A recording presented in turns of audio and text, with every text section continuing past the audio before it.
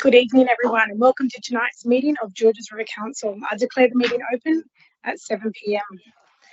I'll begin with the acknowledgement of country. I would like to acknowledge the Bidjigal people of the Eora Nation, who are the traditional custodians for lands, waters and sky in the Georges River area.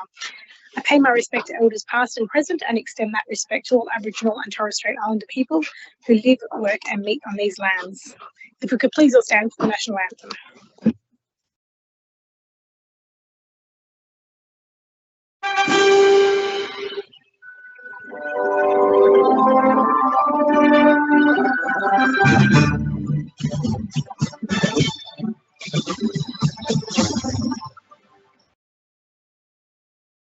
Australians, oh, let us rejoice, for we are one and free. With golden soil and wealth for toil, our home is good by sea. Our land abounds in nature's gifts of beauty, rich and rare. In history's space, let every state of man's Australia bear. Into our strengths and let us sing Australia bear.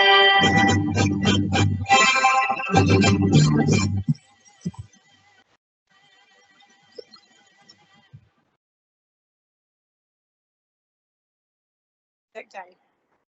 The Council acknowledges the brave Australians who have served and those who have died as a result of war. They went with songs to the battle. They were young, straight of limb, true of eye, steady and aglow. They were staunch to the end against odds uncounted. They fell with their faces to the foe. They shall grow not old, as we that are left grow old. Age shall not weary them, nor the years condemn. At the going down of the sun, and in the morning, we will remember them, lest we forget. We'll pause for a minute's silence.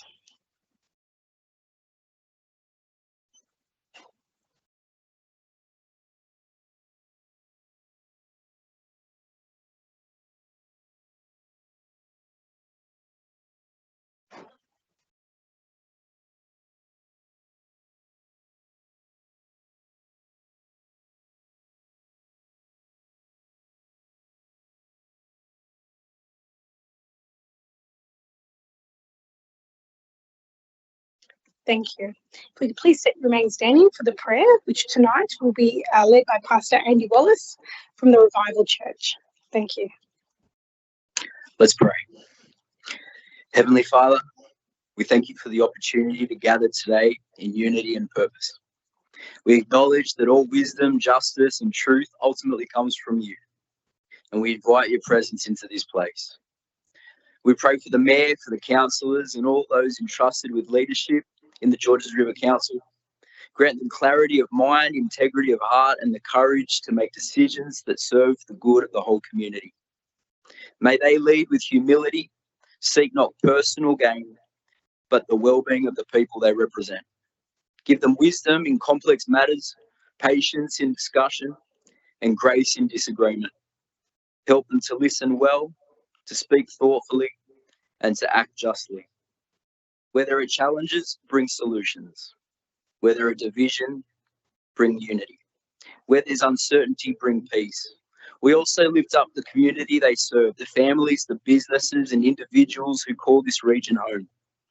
May this council be a place where fairness, compassion and responsibility guide the decisions made. As this meeting begins, we ask that your peace would rest upon this room and that all that is said and done would contribute to the flourishing of our wonderful community. In Jesus' name we pray. Amen. Thank you. Please be seated.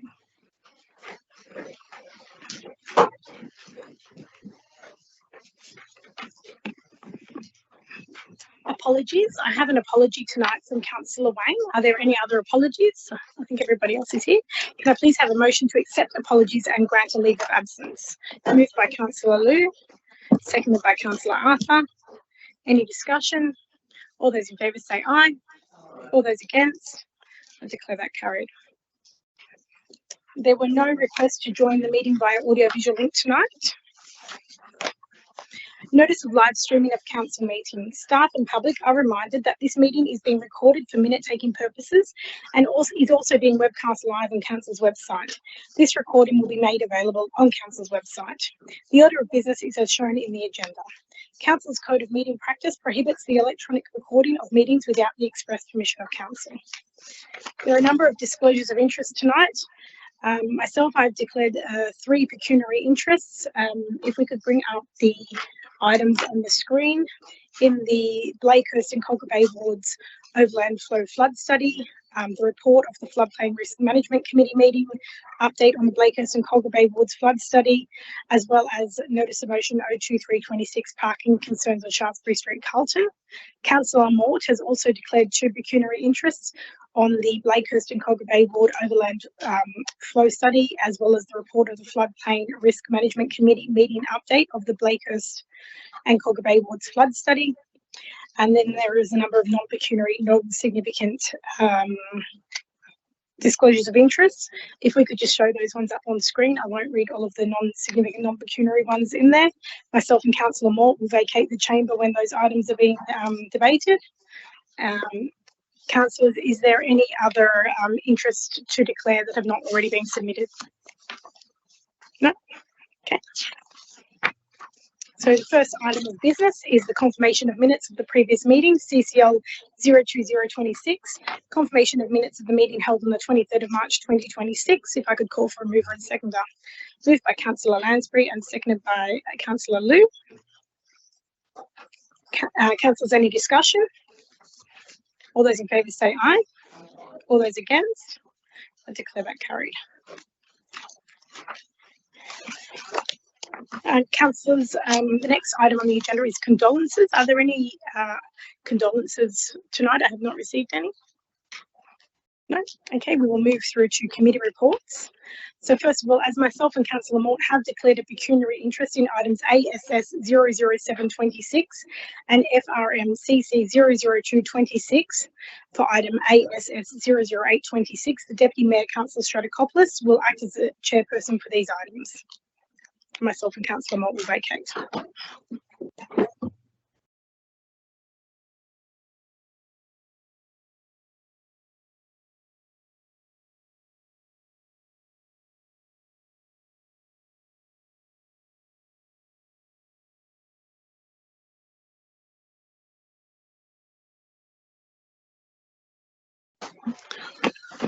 Okay, councillors, next item up for consideration is ASS 007-26, Blakehurst and Cogger Bay wards overland flood study. Can I call for a mover and seconder? Moved by Councillor Jamieson, seconded by Councillor Lansbury. Is there any discussion? There being none, I'll call for a vote. All those in favour say aye. All those against? Against. I declare the motion carried. Next item on the agenda. Sorry, Mr. Deputy Mayor, I did hear votes of against. So There were 2. no, well, can we please go to a formal vote? Sorry, are you saying there were 3? No, I said clearly in the room there was dissent. Okay, look, Councillor Gow, I'm more than happy to go around the room just to confirm the obvious. Thank you, Mr. Deputy Mayor. With pleasure. Vicky? Deputy Mayor, 4. Councillor Allison, 4. Councillor Anzalotti, Against. Councillor Arthur, Against. Councillor Demoski, For. Councillor Gow, Against. Councillor Hayes, Against. Councillor Jamieson, for. Councillor Lansbury, For. Councillor Liu, For. Councillor Marnie, For. Councillor Pun, Against.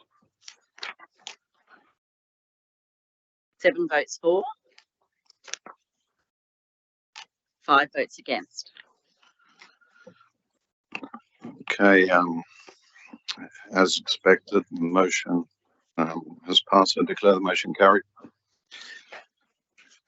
Moving on to the next item, FRMCC 002-26, update on Blakehurst and Cogra Bay wards flood study.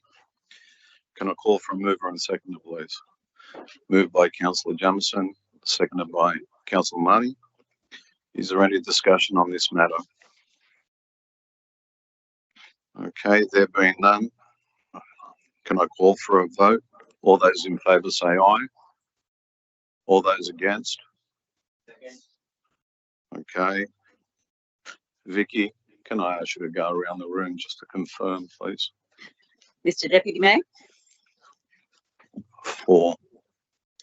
Councillor Allison, For. Councillor Anzalotti, Against. Councillor Arthur, Against. Councillor Demoski, For. Councillor Gow, Against. Councillor Hayes, Against. Councillor Jamieson, For. Councillor Lansbury, For. Councillor Liu, For. Councillor Marnie, For. Councillor Pun. Against. It's 7 votes for and 5 against.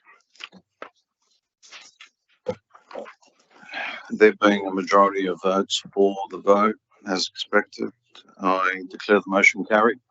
Thank you.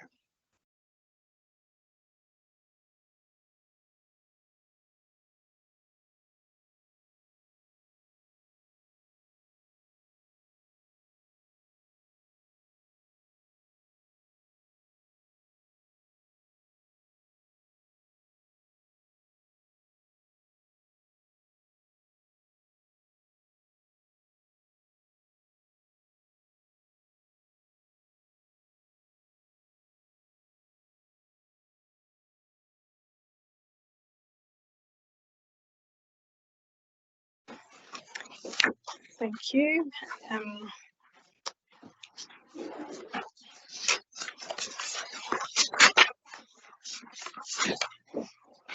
Next, we move to CCL 02126, the report of the Assets and Infrastructure Committee meeting held on the 13th of April 2026.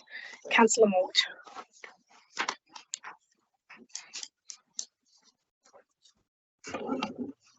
I move that the items ASS 008-26 to ASS 016-26, with the exception of ASS 012-26 and ASS 013-26 as detailed, be adopted by Council. Thank you. That's moved by Councillor Mort. If I could have a second, seconded by Councillor Liu. Councillors, any discussion?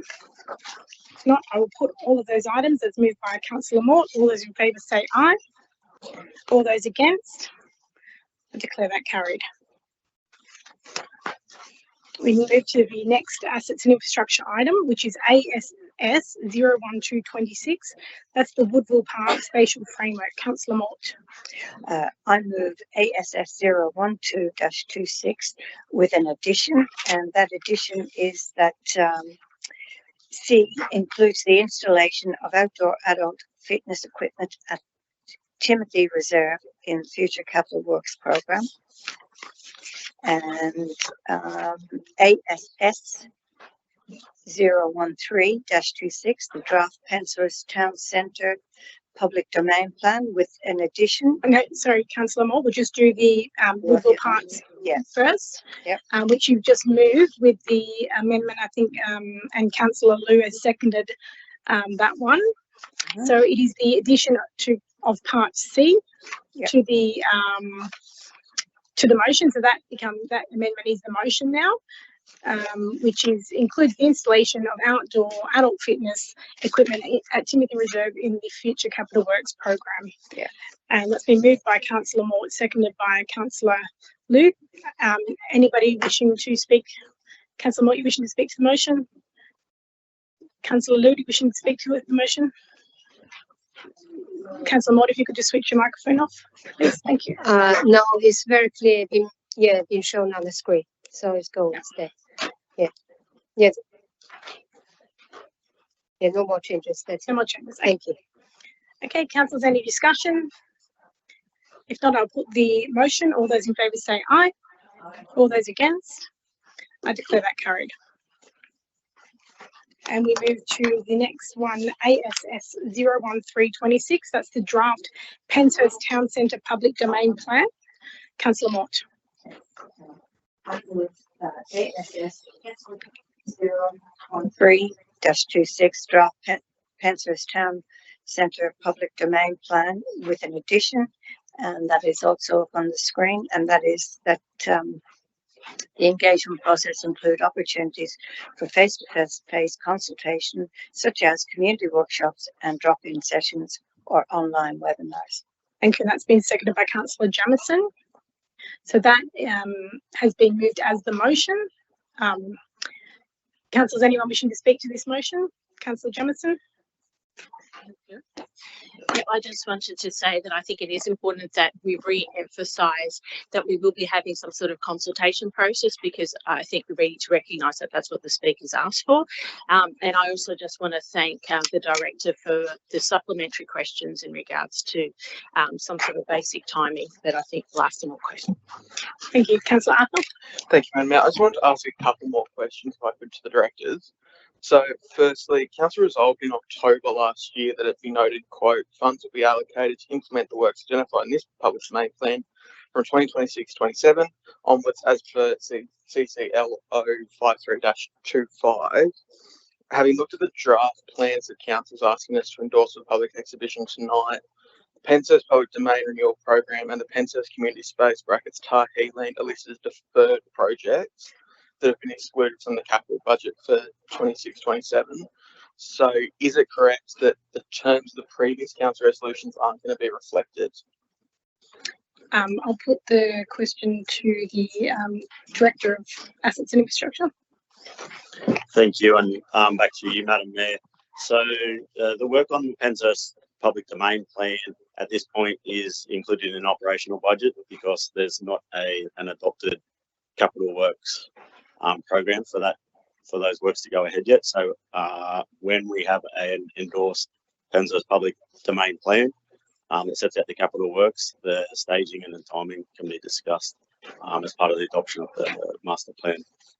One more, if I may, Madam Mayor. Yep. So just to be completely clear for myself and a couple of residents who've asked, so it is still possible the works will be funded in the NEC in the 26-27 financial year budget in some capacity. It's just about getting that plan finalised first. Back to you, Madam Mayor.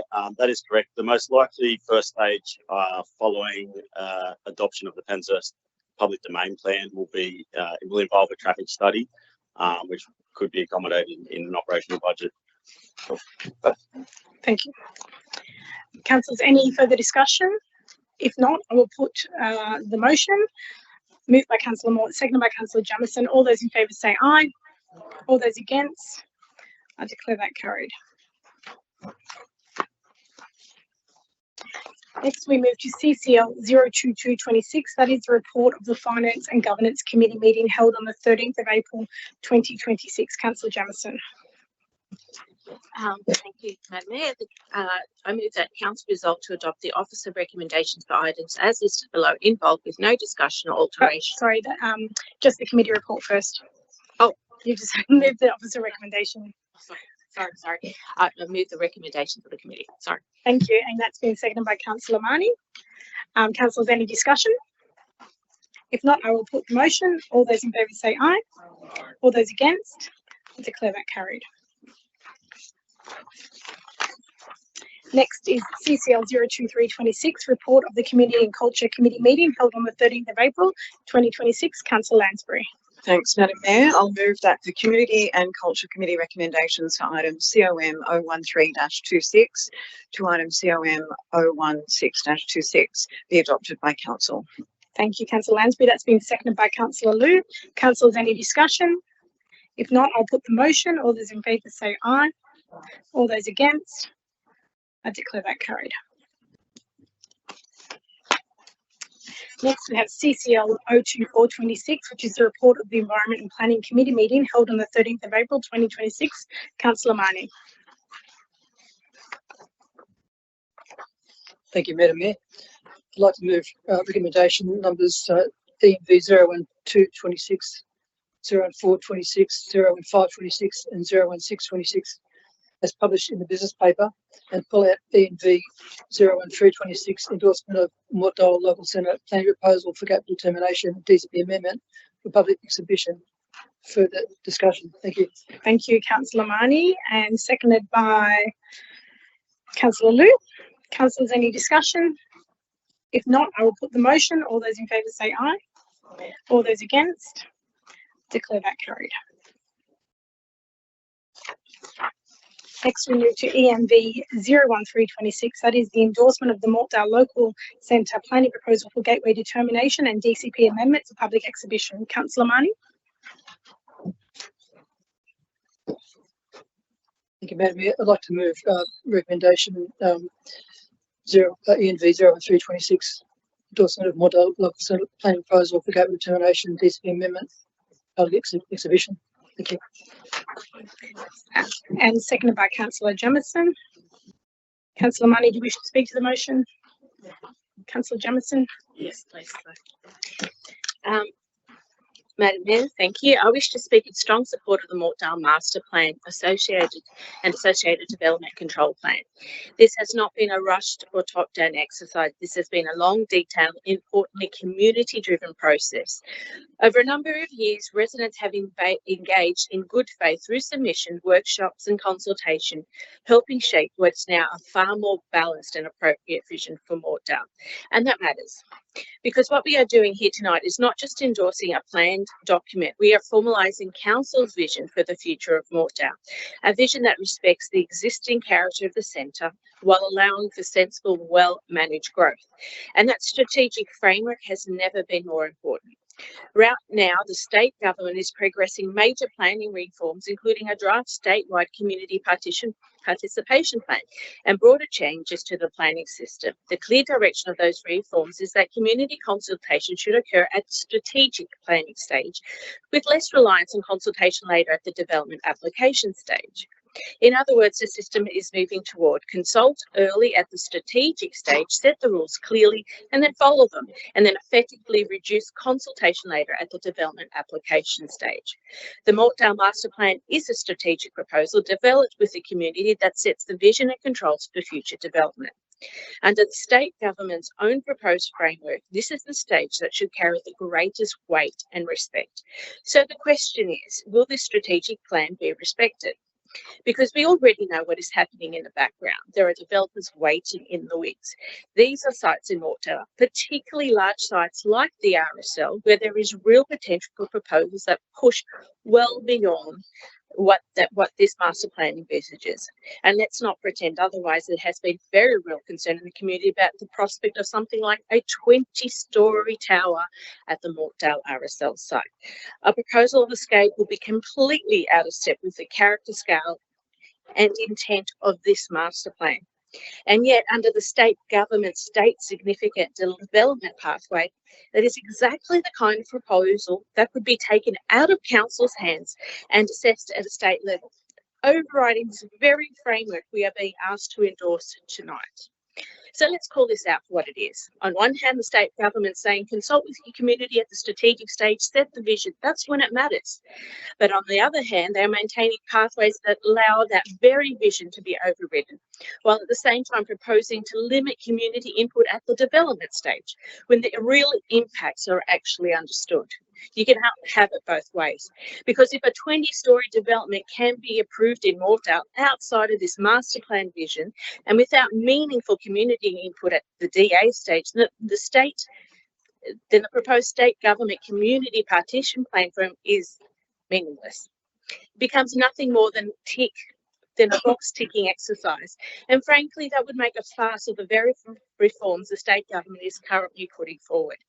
That is why we are doing tonight is so important. We're not just endorsing a plan, we are drawing a line in the sand. We are saying that growth in Mortdale must be planned, must be balanced, and must reflect the expectations of the community who actually live here. The master plan gives us a clear, defensible position. It gives our community certainty, and it sends a message that ad hoc, overscale development is not acceptable. I want to acknowledge the significant work of council staff and the genuine contribution of the community in getting us to this point. And I urge my fellow councillors to support this proposal. Thank you, Councillor Jamieson. Any councillors wishing to speak against the motion? If not, I will put the motion, and it is a planning proposal, so I will get Ms McKinley to take the votes around the table, please. Your vote, please, Madam Mayor. 4. Councillor Allison. 4. Councillor Anzalotti. 4. Councillor Arthur. 4. Councillor Demoski. 4. Councillor Gow. 4. Councillor Hayes. 4. Councillor Jamieson. 4. Councillor Lansbury. 4. Councillor Liu. 4. Councillor Marnie. 4. Councillor Mort. 4. Councillor Pardon. 4. Councillor Stratokopoulos. 4. That's 14 votes for, unanimous. Declare the motion carried. We now move to finance and governance items, and I will go to Councillor Jamieson, who's going to move these items in bulk. No worries, we'll take 2. I move that council resolve to adopt the officer recommendations for items as listed below in bulk with no discussion alteration thereto. CCL 025-26, CCL 026-26, CCL 027-2026, and CCL 028-26. That's moved by Councillor Jamieson and seconded by Councillor Marnie. Councillors, I will put the motion. All those in favour say aye. All those against? I declare those motions carried.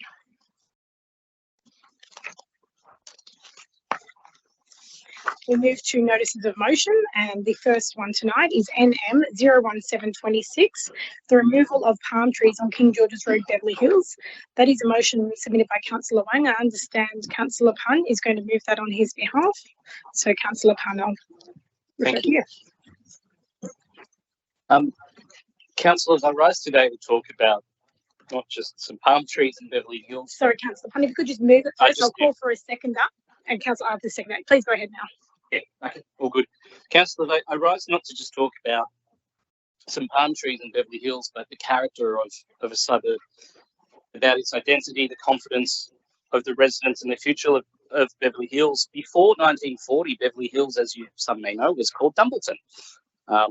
And an odd name as it was renamed Beverly Hills at the time when the suburb was looking to the glamour and the optimism of what was then Hollywood. I know that some of us wouldn't share the same outlook anymore, but it is what it is, supported by the presence of the St. James Theatre, which is now Beverly Hills Cinema, but no longer there. It all forms part of this distinctive town identity. The palm trees along King George's Road became part of that vision. For decades, they have helped define everyone's first impression of Beverly Hills. And they are not just trees on a median strip, they are part of the suburb's visual heritage. So in saying so, we acknowledge that the fall Phoenix palms must be removed because they are infected with, I don't know how you say that, but I'm just going to call it some fungus. I hope that's right. That disease cannot be cured and public safety must come first. But the question is what happens next? Residents and businesses need some certainty. They need to know whether the palms will be replaced, what the median strip will look like, and whether the retaining walls will be repaired, and whether there is a real plan for Beverly Hills. Certainty matters because it allows people to plan ahead. It gives businesses the confidence to invest. It gives them the ability to decide on whether they need to renew their leases, to upgrade shop fronts, to make investments about the exteriors, about promoting, and to keep trading locally, to keep Beverly Hills going. It gives property owners and residents alike the confidence in their suburb to make financial decisions ahead of time in what is obviously a challenging economic environment for house owners. And so without this certainty, there is a real financial cost. People will hesitate. Businesses won't take out that loan. Confidence declines. And so this is why this motion matters. Community is not asking council to ignore arborist advice. It accepts that the diseased trees must be removed, and they have been. What residents are asking for is a clear commitment to replacement, renewal, and of course, the key thing that I want to emphasise is revitalisation of this suburb. Council should work with Transport for New South Wales and a suitable replacement plants, including disease-resistant palms, or an appropriate species that preserves the character of Beverly Hills. We should also assess and repair the retaining walls on the median strip. The issue is bigger than the streetscape in King George's alone. Residents are concerned that basic infrastructure in Beverly Hills is not being properly assessed and planned for. I, like myself and Councillor Wayne, have met with many residents about stormwater and drainage concerns, particularly around areas such as Gloucester Road, Stony Creek Road, Morgan Street. It's not far from me, and the surrounding streets. They all need proper attention. So a revitalisation plan cannot just be about trees and shop fronts. It must also look at the infrastructure that is beneath the surface, the drainage, stormwater capacity, roads, parking, traffic and public domain maintenance. It's the residents and the businesses that need confidence, because not just based on modelling, but on real world advice, on evidence and local experience. They want that transparency, they want that early consultation, and they need a clear plan. And unfortunately, I think just for the last few years, Beverly Hills has sort of suffered because there's been a number of plans where residents' houses are in and out of the plan. I understand that the scope has changed. I understand perspectives change. I understand investment decisions have changed. But as we go forward, I think there's been enough uncertainty, and this suburb and the residents that live in it need that. At the same time, it's fair to say that residents see other centres moving ahead with master planning and renewal while Beverly Hills continues to wait. And so the theme here is simple. Certainty creates confidence, and confidence creates financial security. A clear infrastructure plan gives that confidence, and so does a clear master plan. So this motion should be about marking a turning point. It should not just end with the removal of 4 Palms. It should begin the process of restoring Beverly Hills Town Centre, repairing the median strip, addressing the infrastructure concerns, and executing a master plan that is deserving of our residents who have been here for so long. Beverly Hills was renamed with ambition so many years ago. It deserves a future planned with the same ambition. Thank you, councillors. Thank you, Councillor Pun. Councillor Arthur. Thank you, Madam Mayor. I'll just speak very briefly. As we all know, Beverly Hills is bisected between Hurstville and Mortdale wards. So Councillor Pun illustrated everything quite comprehensively. So I'll just second his comments and add that I fully agree with him that we need an ambitious Beverly Hills master plan. Thank you, Councillor Arthur. Councillors, anyone wishing to speak against this motion? Councillor Marnie. Thanks, Madam Mayor. I have an amendment to this motion, and I sent it to the staff today, so it should be up on the screen.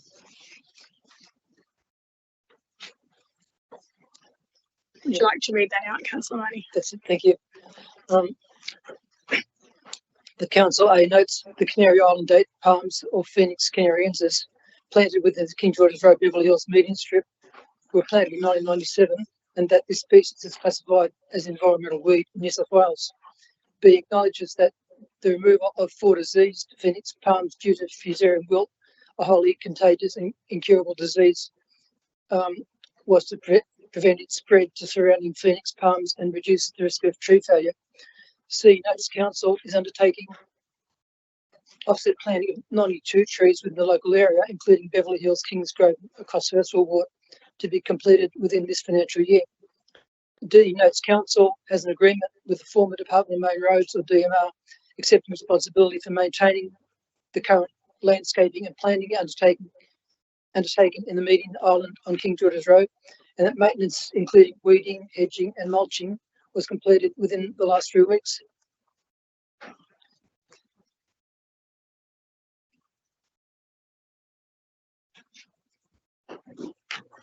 And E writes to the Honourable Jenny Atchison MP, Minister for Roads, requesting that 1. Transport for New South Wales undertakes and funds the necessary works to rectify the deteriorating retaining walls situated along King George's Road median strip, and 2. Upon completion of the rectification work and to keep the iconic Beverly Hills palm tree identity alive, that grant funding be provided to replace each of the removed exotic species with an appropriate native species such as the Australian cabbage palm or Livistonia australis of a similar size to the palms which have been removed. Thank you.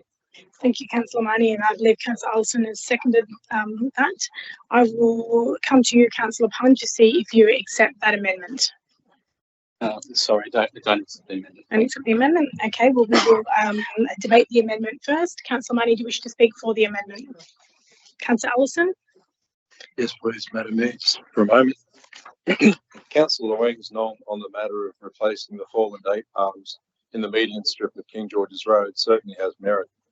Where we differ is the choice of replacement plan and the role the state government should play in funding the necessary works. Councillor Wang makes mention of enlisting a native palm as second preference to an exotic palm. We would suggest that Councillor Livingstone or Australis, as Councillor Marty's mentioned, be considered for such a harsh environment. They appear to be doing really well in a similar aspect in the median strip of Princes Highway on the southern approaches to Tom Uckley's Bridge.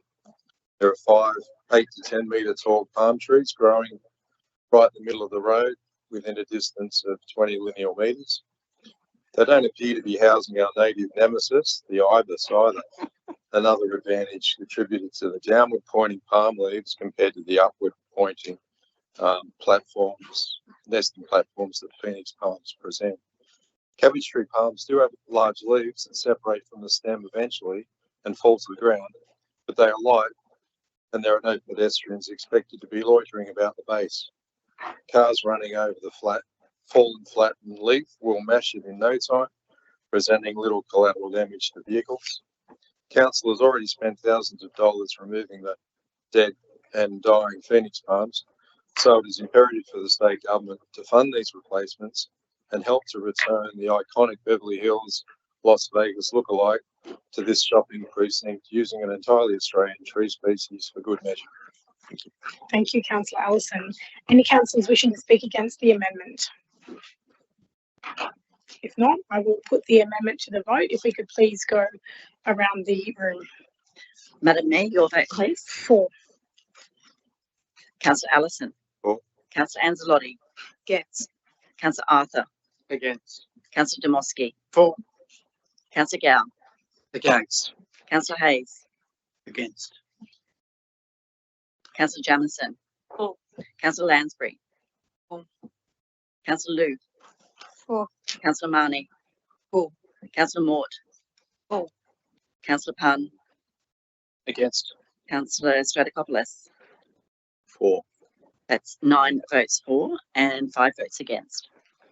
I declare the amendment carried and the amendment becomes the motion, and we need to put the motion to a vote again. All those in favour say aye. Aye. All those against? Declare the motion carried unanimously.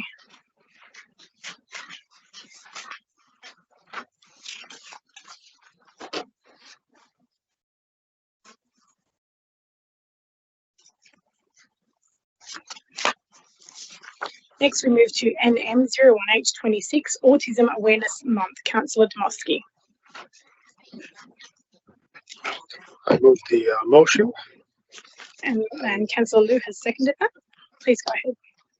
Go to you, Madam Mayor. The month of April is recognized as an Autism Awareness Month, with World Autism Awareness Day marked on the 2nd of April 2026 this year.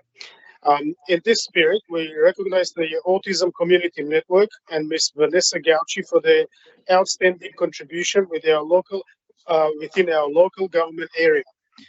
Their work has helped create inclusive communities where children, parents, carers, and families are supported to thrive. This recognition aligns with Council's strategic priorities, social justice principles, and commitment to improving inclusion, awareness, and access to services for people with disability, while strengthening support for children and families in our community. Thank you. Thank you, Councillor Demoski. Councillor Liu, do you wish to speak to this motion? Councillor Demoski, thank you, Councillor, to put this forward and keep on advocating for this issue. So thank you so much. I hope the other councillors support for it. Thank you. Thank you, Councillor Liu. Councillors, any councillors wishing to speak against the motion? If not, I will put the motion. All those in favour say aye. All those against? I declare the motion carried. Next, we have NM 01926, Acknowledgement of the Magnificals Chamber Orchestra Gala 2026. Councillor Liu. And it's seconded by Councillor Dmowski. Thank you, Madam Mayor. I think when we go back to last Monday, during the public forum period of time, we remember the lady called Anna, who is the branch owner of this event. Both, I think, Madam Mayor and me and the other councillors, we met this lady at the council's grant presentation. So we know before the event occurred, and the event real date that's on the Sunday 29th of March 2026, where it held at council's civic theatre. Why I wanted to put this for acknowledgement and congratulations, because from my years getting involved in this community event, I think this one is not only for the talents and skills from the music industry, but it's really combined the provide opportunity for the moms and for the adults. Well, they're looking after families, well, they're looking after their own career, but at the same time, they can really try to utilize their skills and talent to return to the community.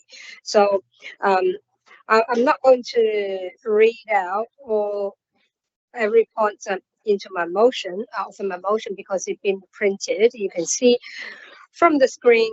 The only thing I wanted to add up, because I was at the scene for this event, I wanted council to table the program being printed very designed very beautifully and printed in a very good way, and the free merchandise that they designed from the owner's daughter as well. So I want council to table those things as a record. So thank you so much, Madam Mayor. Are you tabling those, Councillor Liu? You table it tonight.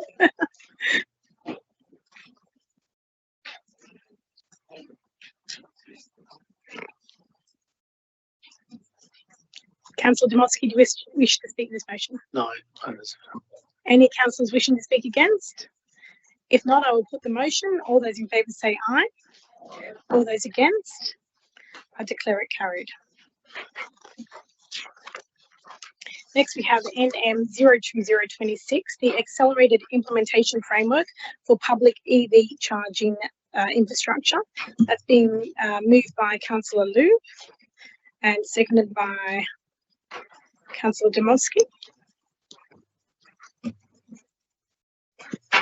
Councillor Liu. Oh, thank you, Madam Mayor.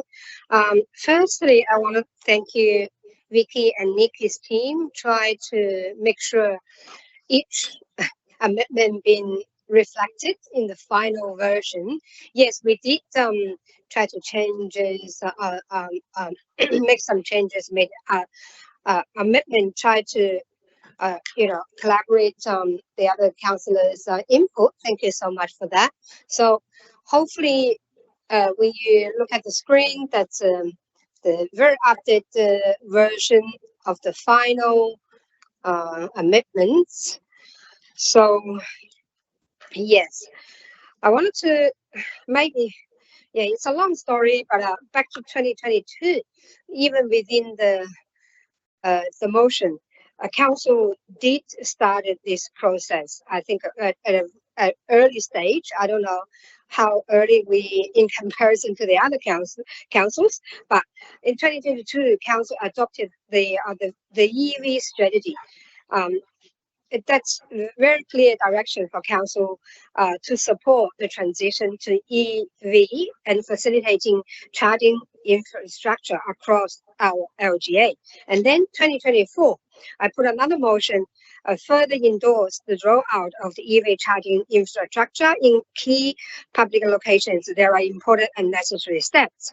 And then recent years, global energy market have experienced increasingly unstable, influenced by we all know geopolitical tensions and supply uncertainties. So that's why at the same time, when we going into 2026, we can see not only locally, globally, particularly with the recent rise in fuel prices, is that this issue is no longer theoretical. It's a real everyday concern for our residents, for all of us. So for many household, transport is not an option. We rely on vehicles for work, for family responsibility, and for daily life. So not because when we wanted to promote this transition, not everyone, you know, when the people could do the transition, not because they are unwilling, but because the infrastructure is not accessible, not available, or not practical in their living situation. So that's where the role of council becomes important.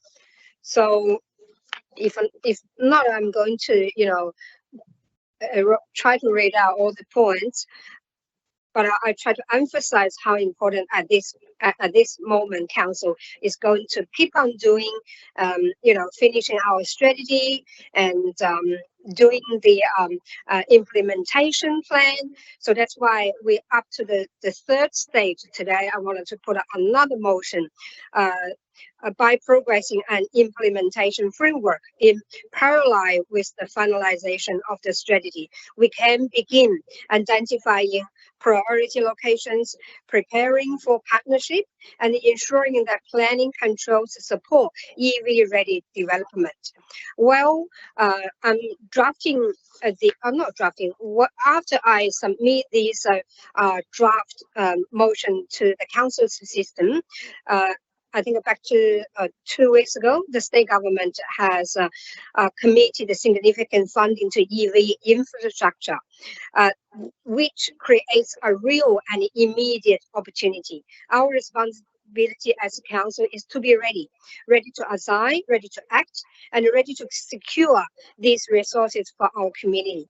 So if we do not position ourselves now, we risk falling behind. So that's why the last point in my motion, the last amendment, ensure our motion is not only forward-looking, but also practical, responsive, and grounded in what is happening right now. So I commend this motion to council and urge the councillors to support it. Thank you, Madam Mayor. Thank you, Councillor Liu. So, councillors, if you can just see the highlighted bits in yellow is what has been added to the motion. Part G is that the council includes $60,000 for the development of the electric vehicle charging strategy and implementation framework in the 26-27 budget to be funded from developer contributions reserve, and that the strategy be added to the 26-27 delivery plan so that the strategy can be commenced immediately. So, Councillor Dmowski, as a second, did you wish to speak to the motion? Yeah, thank you. Thank you, Councillor. You've been doing well before my time. With getting council on board with the rolling out of these EV stations. So 2 weeks ago, I went up to Riverwood where there was an announcement with Premier Chris Minns where he confirmed a rollout of approximately $100 million across New South Wales, working with local governments to install curbside EV charging stations.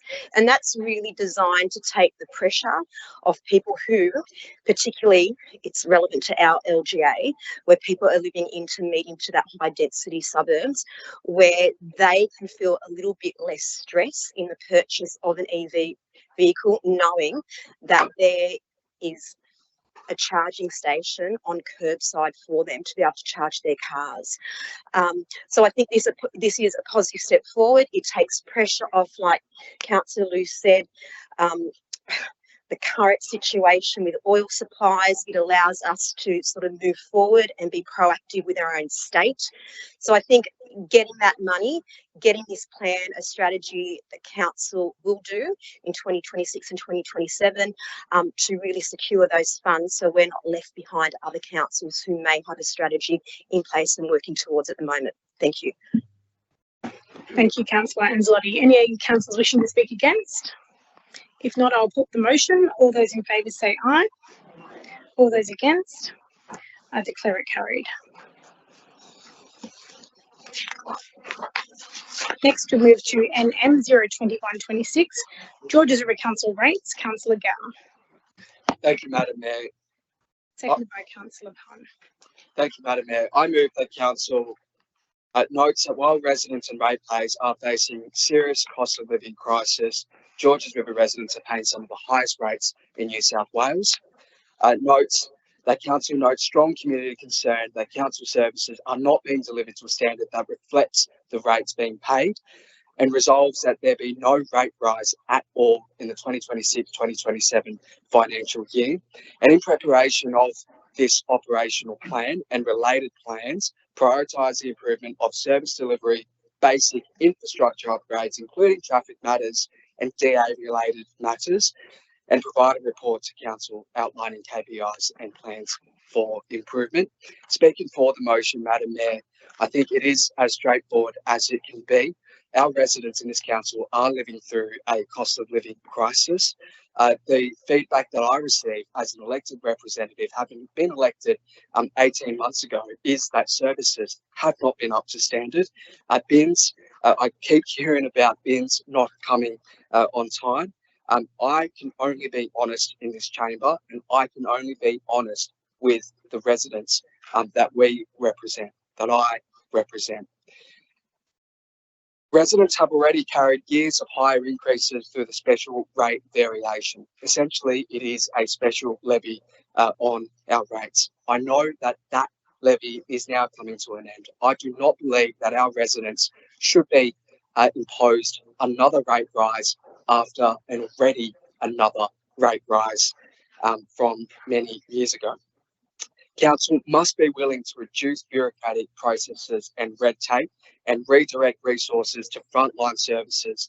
Council must reduce the reliance on consultants. It must reduce the reliance on contractors and bring council work back in-house to ensure our services are delivered to standard and residents are getting the bang for their buck in the rates that they pay. Now, I note in the council business papers in the director's comments that not applying for a 4.8% rate rise this year would mean council misses out on an additional $4.5 million. This is obviously a big number, but what it should do is trigger the council to reassess itself and look for savings, efficiencies, and manage its priorities just a bit better. Council cannot keep defaulting to raising rates on residents as the answer to all its problems. Now, I ask that before council asks residents to tighten their own belts again this year amidst a cost of living crisis, the council should show how it has tightened its own, and that financial sustainability cannot simply mean raising rates, it must also mean controlling costs. Thank you, Madam Mayor. Thank you, Councillor Gow. Councillor Pun is the seconder. Do you wish to speak to the motion? Councillor Jamieson? Can I speak again? You can speak again. I actually proposed the motion. Should I propose the motion first? You can, it's up to you. Yeah, can I just make an amendment, propose an amendment if it's up there?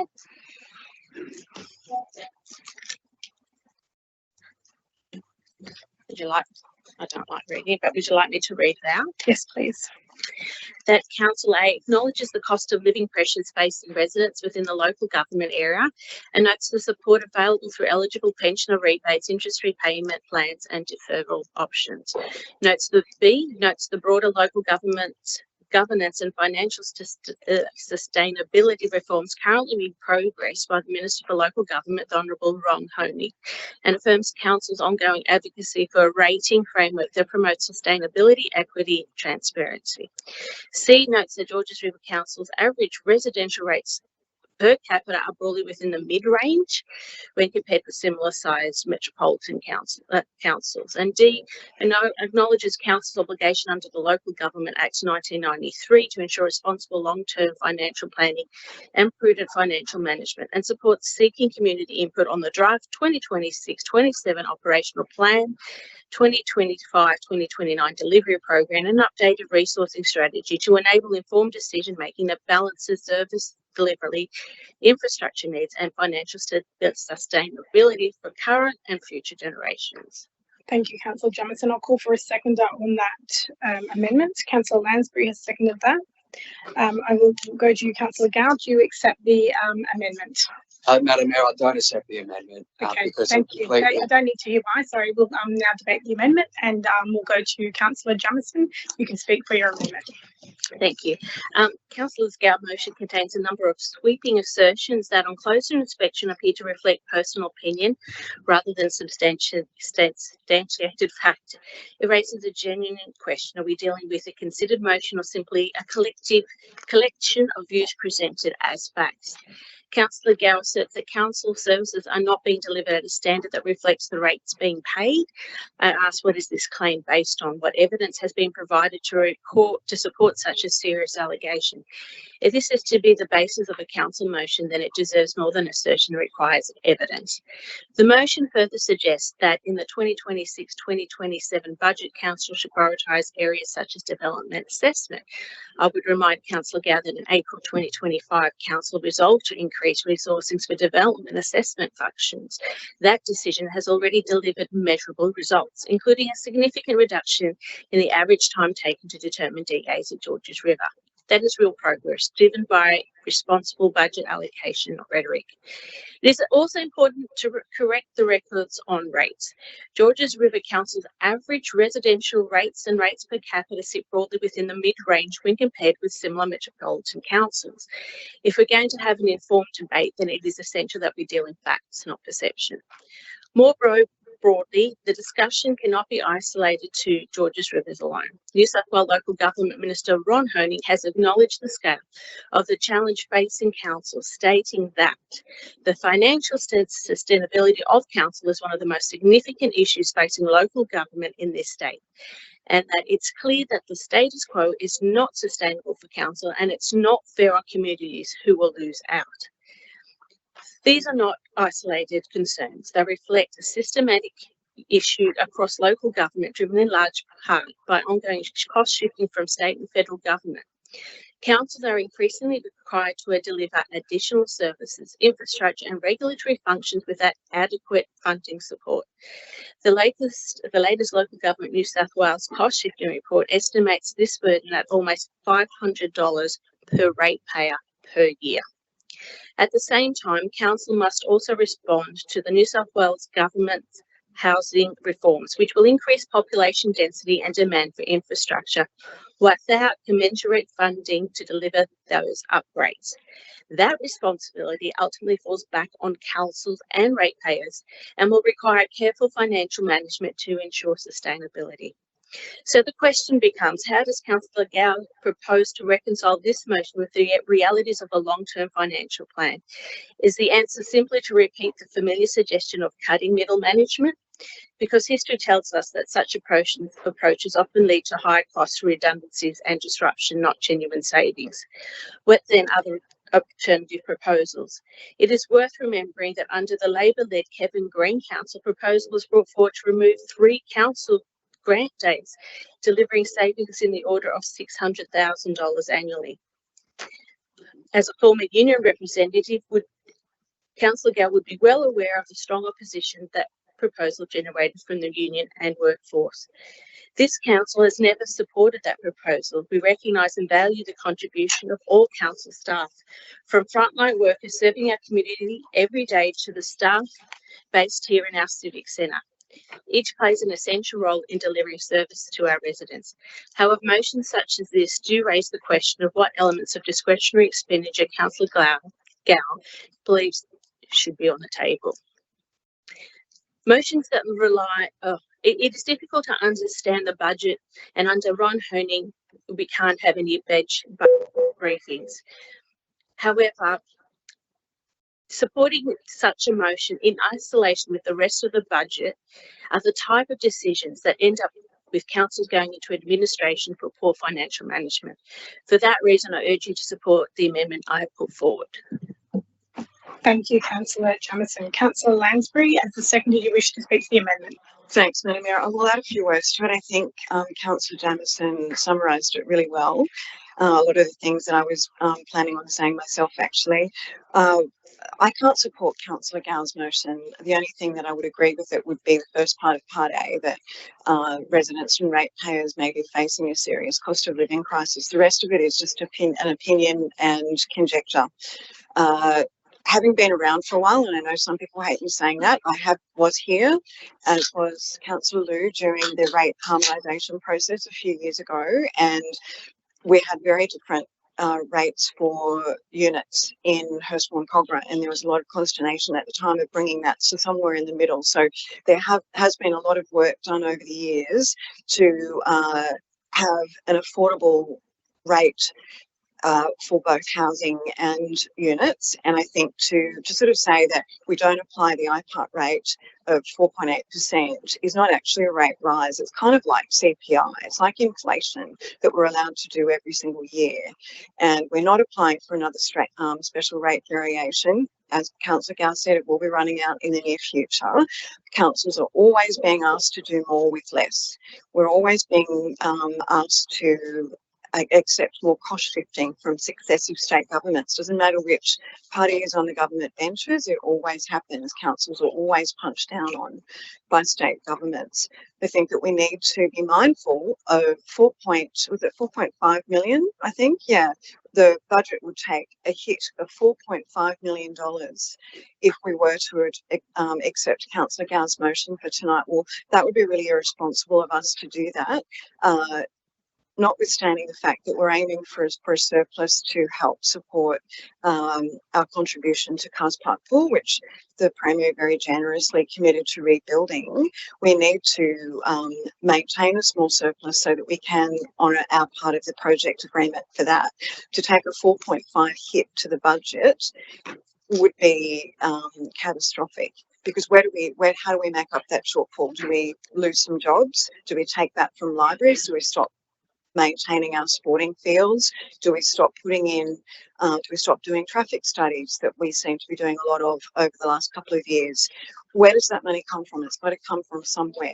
And without cutting my own grass, because I do have something on the agenda a little bit later about the code of meeting practice, one of the problems that we do have this year is that we haven't gone through the budget briefing process that we normally would. And, you know, in my 20 odd years on council, that's the first time that we have not gone through that, and we were presented with the budget in its form. And that's no casting no shade on council officers. That's just the situation that we've got now, that we can't have briefings on issues before us as the decision makers.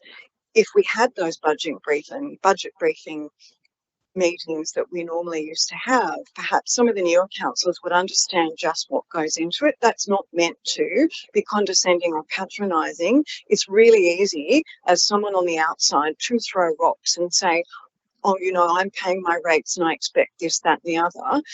People pay rates, but there is a lot of things that they ask of us to provide. There's a lot of community events that people get to attend free of charge. Well, they've got to be paid for somehow. Our libraries, we never make a profit on our libraries. Our libraries money goes to, we do get a lot of government grants. Our council officers are very good at applying for government grants, but I doubt that they would be able to make up that shortfall of $4.5 million.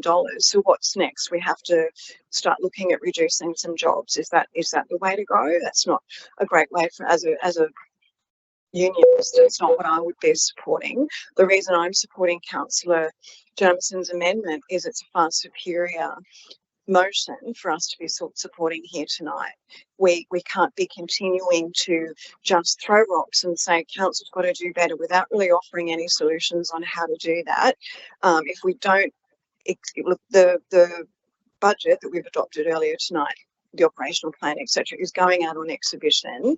That's perhaps when our residents can comment about how they believe that their services have dropped. That's not what I'm hearing. I know that we probably move in very different circles, but you know, not everybody's going to be happy with everything. You can't please everybody. First lesson I learned as a councillor is you cannot make everybody happy, and you have to take a position and pick a position and you stick to it until you're given new information that changes that. And you know, the scales have fallen from my eyes a lot recently, so I am very aware that I'm supporting something against the Labor Party once again. It's not deliberate. It's just basically it's a far superior amendment to what the original motion was. Thank you, Councillor Lansbury. Councillor Gay, you wish to speak against the motion? Thank you. Against the amendment, yes. Thank you. The amendment, yeah. Thank you, Madam Mayor. Look, Councillor Jamieson, I'm not going to get personal about my record as a big union representative for this council, as well as many other councils in my previous life. The frontline workers at this council, indoor and outdoor, can speak on my record, so I'm not going to get personal with you on that. This is not about my own personal assertions. This is about the residents of this council. Consistently, as an elected representative, residents bring up issues to me, bring up issues to us. We come up with new ideas, we come up with solutions, we bring it to this chamber, and almost every single time I have presented a new idea in this chamber, it has been either outrightly rejected or dramatically amended, like what Councillor Jamieson has proposed to do to my motion tonight. Now, the fact of the matter is our residents have already been paying a special levy in their rates, a special rate variation. I note that that is coming to an end. I do not believe that residents should be paying another rate rise this financial year, especially considering we are in a significant cost of living crisis. This is not about cutting services. This is about reducing processes. This is about cutting red tape, cutting bureaucratic processes, making our services more efficient so residents do get bang for their buck for the rates that they pay. Thank you, Councillor Gow. Any other councillors wishing to speak against the amendment? If not, I will put the amendment to a vote. If you could please go around the room, Ms McKinley. Madam Mayor, I'm for the amendment. Councillor Allison. For. Councillor Anzalotti. Against. Councillor Arthur. Against. Councillor Demoski. For. Councillor Gow. Against. Councillor Hayes. Against. Councillor Jamieson. For. Councillor Lansbury. For. Councillor Liu. For. Councillor Marnie. For. Councillor Mort. For. Councillor Punn. Against. Councillor Stratokopoulos. Against.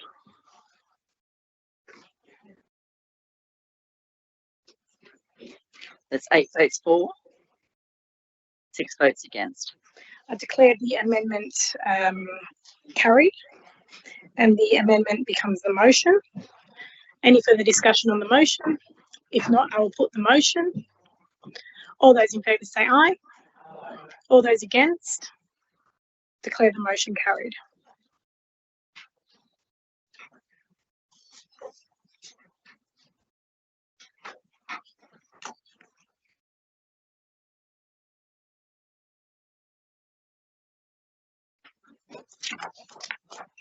We move to the next item, NM02226, Pensioner Council Rates Rebate. Councillor Gow.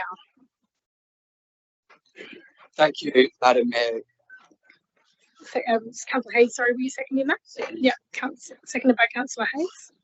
Thank you, Madam Mayor. I move that Council acknowledges the significant and rising cost of living pressures facing pensioners across the Georges River LGA, and that many pensioners live on fixed incomes.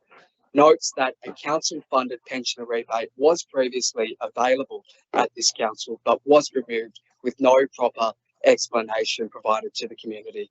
Recognises that reinstating this rebate will provide practical relief to older residents in our LGA, in our community.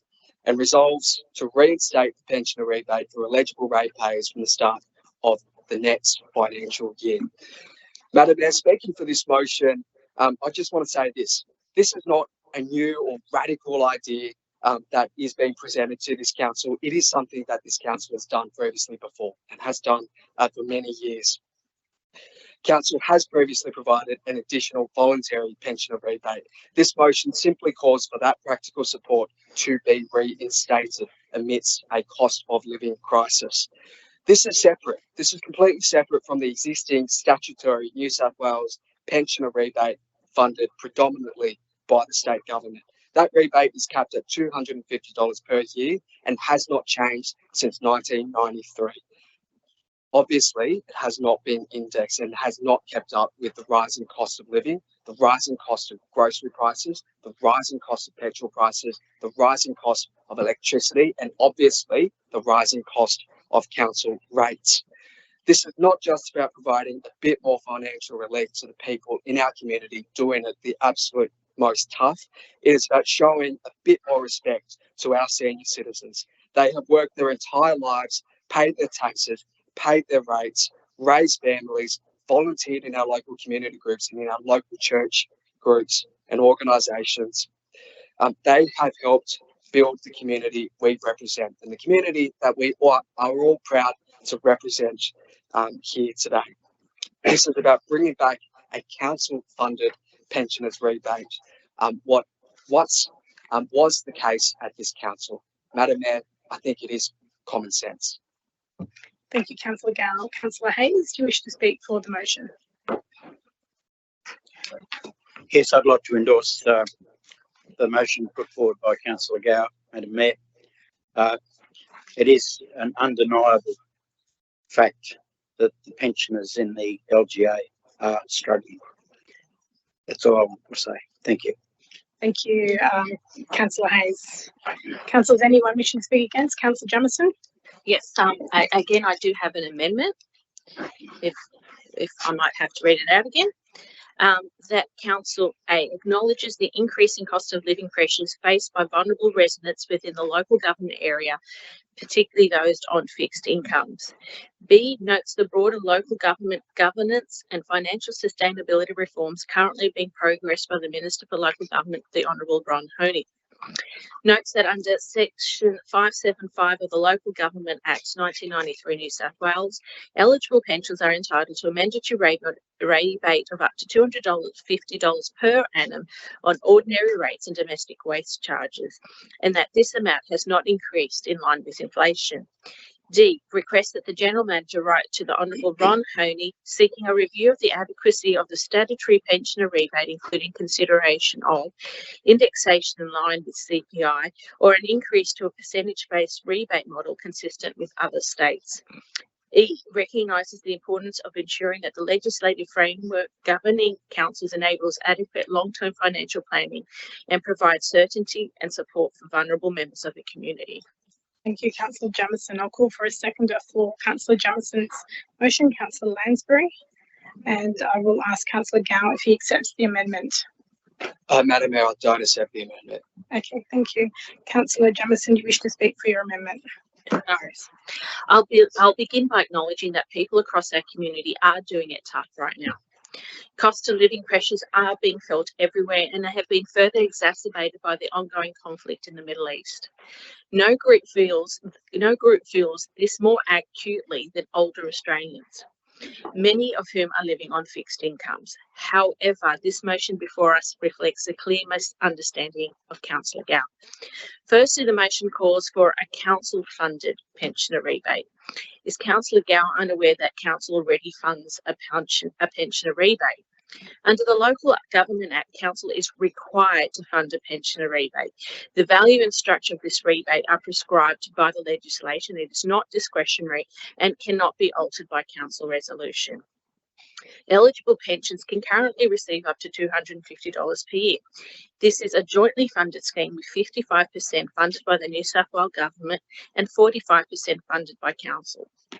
Council's share is funded from general revenue and in the 2026-27 financial year is forecast to cost ratepayers approximately $800,000. If I can assist Councillor Gow, he may actually be referring to the former voluntary pensioner rebate. That rebate was removed under the previous Labor-led Kevin Green controlled Georges River Council. If Councillor Gow is seeking clarity on why that decision was made, I suggest he direct those questions to his Labor colleagues. The real issue that needs to be addressed is that the state legislated pensioner rebate has not been reviewed or increased since it was introduced in 1993. New South Wales differs from some jurisdictions because its pensioner council rate rebate is set as a capped amount that has not been regularly indexed to inflation, so its real value can decline over time as council rates rise. Other states address this in different ways, either by periodically increasing rebate caps through policy decisions or by linking rebates to a percentage of rates, which can better reflect rising costs. Any attempt to force councils to reintroduce or expand voluntary pensioner rebates without legislative reform and equitably co-funding from the New South Wales government is simply another example of cost shifting. The state and federal governments already shift costs equivalent to around $500 per ratepayer per year onto council. This amendment rightly calls for a redesign of the state legislation governing pensioner rebates so that this issue is fixed across the state and gives certainty in funding support for our vulnerable community members moving forward. The local government minister should be focused on delivering genuine reform to modernise and properly fund the legislated pensioner rebate so that pensioners in Georges River and across the state have the support they need and deserve. That's what this amendment calls for. Thank you, Councillor Jamieson. Councillor Lansbury. Thanks, Madam Mayor. I will add a few words to this. Again, I was around at that time when we had a voluntary pensioner rebate. How it actually happened was Hurstville had one and it was $75. It was on top of the statutory component. Cobra didn't have it. When Cobra and Hurstville were amalgamated, it was introduced for Cobra residents, extended to them as well, the $75 on top of the statutory part. And then in about 2019, I think it was doubled to $150. And then the following year in 2020, and I do stand to be corrected on this, it went out on exhibition to remove the voluntary component. Obviously, it wasn't possible to remove the statutory component. I don't think there are any submissions from the community in support of what's speaking up against that. My recollection was that there were no submissions, but as I said, stand to be corrected on it. I actually was one of the 3 or 4 people that voted on an amendment to retain the pensioner rebate, and I checked the minutes, and where the amendment read that $1.2 million be included in the 2021 budget for the additional voluntary pensioner rebate. It was lost, and so the voluntary pensioner rebate, which was in addition to the statutory rebate, was removed.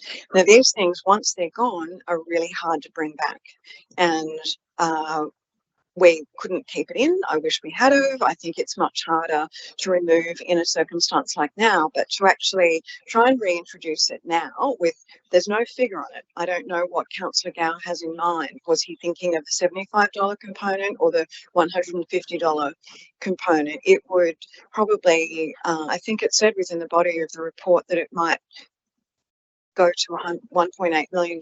Well, again, that money's got to come from somewhere. And I think the reason that this is a far superior amendment to the original motion is because it's putting the onus back to the state government. It hasn't been increased since 1993. So it would have been a lot more cost effective in 1993 for a pensioner. These days, it probably doesn't go very far at all.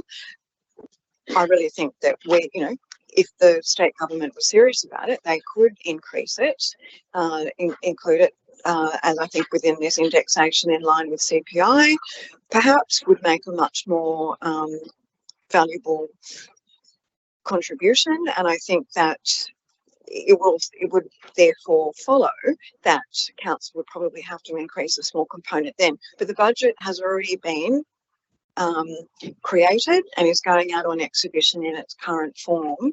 If we were to support this amendment tonight, we don't even know how much Councillor Gow has in mind for it. I could just sort of think it's ill thought through. Again, it's sort of coming from a position of enthusiasm without actually taking advice from people like the general manager or the director, who could probably have advised you on the best way forward with something like this. I think it's always really valuable to speak to people who understand the history of it and who understand the machinations of it, and mechanics, because it's just not a viable option for us to do. And we also need to bear in mind that 33% of residents in Georges River are renters. So we'd be talking about supporting a very small component of our residents at the expense of maybe a pensioner who is a renter. And where do we take the money from? Do we have to reduce, as I said before, do we have to reduce our fundings to the libraries, or do we have to, skip putting in a new footpath in Blakehurst Ward that Councillor Gow has been so interested in? Like, there are things that the money's got to come from somewhere. It hasn't been budgeted for. During the budget formation process is the time to consider whether it's a possible viability, but anyway, it's going out on exhibition, and if there is a whole cohort of pensioners who think this is a great idea and would like to make a submission, I would encourage them to do it, and then Councillor Gow can sit down with the directors to work out how it would be financed. Thank you, Councillor Lansbury. Councillor Gow, you wishing to speak against? I do, Madam Mayor. Thank you.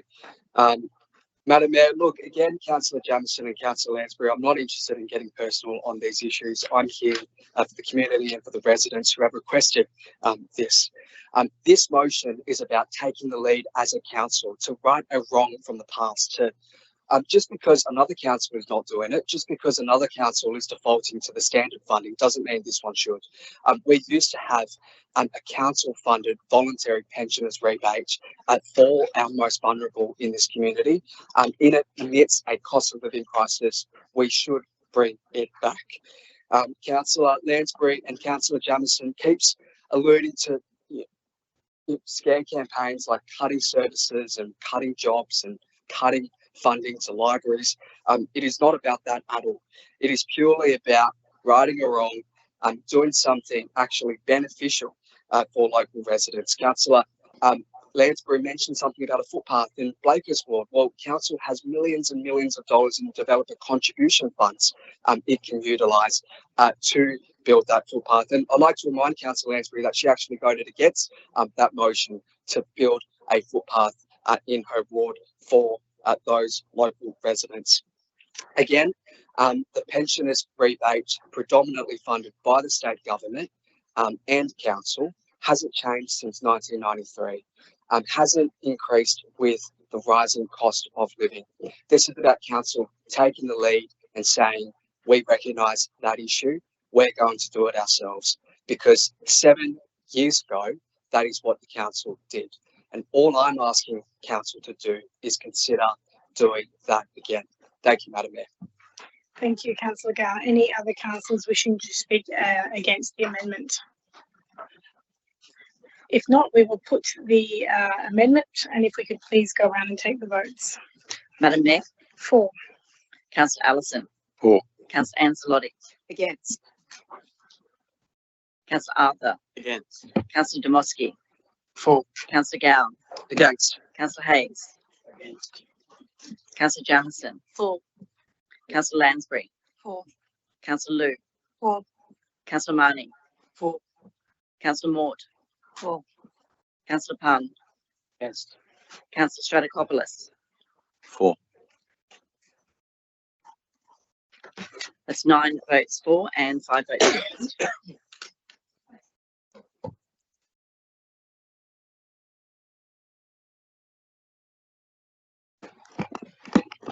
I declare the amendment carried, and the amendment becomes the motion. Any discussion on the motion? If not, I will put the motion. All those in favour say aye. All those against?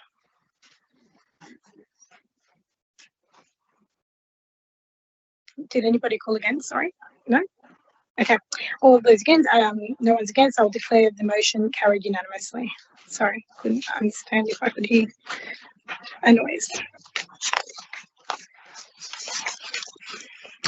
As I've declared a pecuniary interest on the next item, NM 02326, Deputy Mayor Councillor Stratokopoulos will act as chairperson on the following item.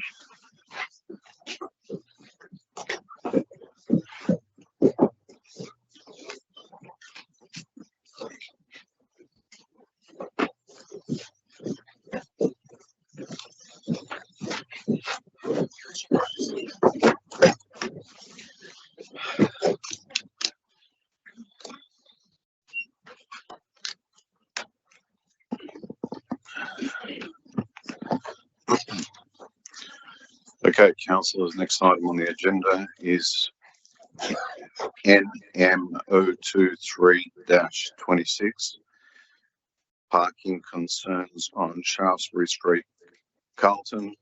Councillor Gow. Do we have a mover for the motion? Moved by Councillor Gow. Do we have a seconder? Seconded by Councillor Pun. Councillor Gow, would you like to speak to your motion?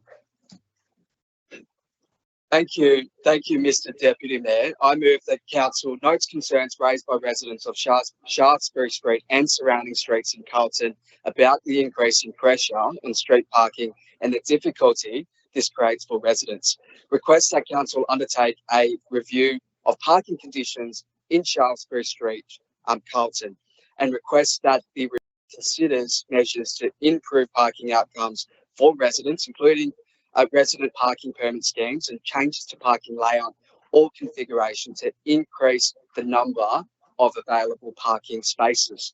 Request that as part of this review, council consider whether changes near Bembridge Street, including parallel parking arrangements, may assist in creating additional parking capacity, and request that council consult with affected residents and report back to council with the outcome of the review and any recommendation. Mr. Deputy Mayor, this is purely about better utilising existing space and recognising the issues we have with parking in our streets, especially in Carlton, Ottawa and Kogarah. It is purely about increasing parking capacity for our residents, for commuters and for health workers working at the Kogarah health precincts, as well as local businesses as well. I think sometimes when there are common sense solutions, common sense ideas out there, council should take the lead, should take the appropriate steps and take the lead and actually go out there and do it. Thank you, Mr. Deputy Mayor.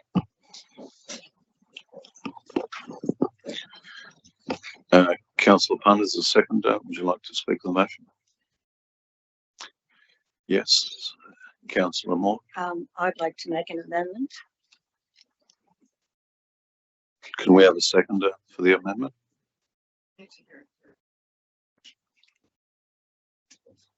Seconded by Councillor Dmowski. Councillor Gow, do you accept the amendment? Mr. Deputy Mayor, can I have an opportunity to review the amendment first? I'll read out the amendment if that's all right. Yeah. So my amendment is A, that council notes the concerns raised by residents of Shaftesbury Street and surrounding areas in Carlton regarding increasing pressure on street parking and resulting in difficulties for residents. B, notes that this pressure is likely to worsen under the New South Wales Government low and mid-rise housing reforms, which apply to land within 800 metres walking distance of Kogarah Station and Town Centre, including Shaftesbury Street, Carlton, and permit residential flat buildings up to 6 stories and reduce minimum on-site parking requirements, thereby increasing reliance on already constrained on-street parking. And C, notes that council's traffic engineer is currently investigating the feasibility of angle parking in Shaftesbury Street, Carlton, in response to an existing request, and that should be investigated. An investigation determine the changes are feasible and result in an increase in parking supply. Affected residents will be consulted and the matter will be reported to local transport forum in accordance with standard practice. And D, notes that eligibility for the introduction of a residence parking scheme in accordance with Transport for New South Wales guidelines cannot be met for Shaftesbury Street. And my comments are, I think this amendment speaks for itself. It reflects the facts provided in the director's comments and acknowledges the investigative work already underway to see if there's a feasible way to increase parking capacity in Shaftesbury Street. Thank you. Councillor Gow, would you like to accept the amendment? Madam, Mr. Deputy Mayor, I would not like to accept the amendment. Thank you, Councillor Gow. Mr. Deputy Mayor is the correct terminology. Can I now ask for speakers for the amendment?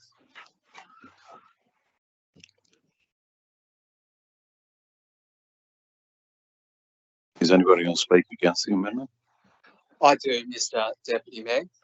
Thank you, Councillor Gow. Mr. Deputy Mayor, speaking against this amendment, Councillor Mort, I appreciate what you're trying to do here, but it completely defeats the purpose of the intent of my motion originally. In fact, I think besides acknowledging that investigations are already underway in Bembridge Street, from a motion that I moved mid last year, it doesn't actually propose to do anything that is constructive to the parking situation in Carlton.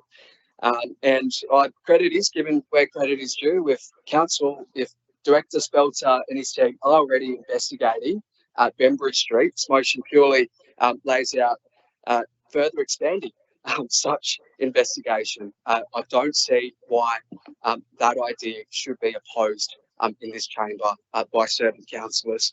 And Mr. Deputy Mayor, that's why I do not support this amendment, because it doesn't propose any real solutions to the issues that residents are facing. Is there anyone else who'd like to speak against the amendment? Okay, that being, I'll put the amendment to a vote. We'll go around the room. Thank you, Vicky. Mr. Deputy Mayor. For. Councillor Allison. For. Councillor Anzalotti. Against. Councillor Arthur. Against. Councillor Demoski. For. Councillor Gow. Against. Councillor Hayes. Against. Councillor Jamison. For. Councillor Lansbury. For. Councillor Liu. For. Councillor Marnie. For. Councillor Mort. For. Councillor Pun. Against. That's 8 votes for and 5 votes against. Okay, so as the amendment has now been carried, the amendment has now become the motion. Could we have a vote on the motion? Or would anybody like to speak on the motion? Okay.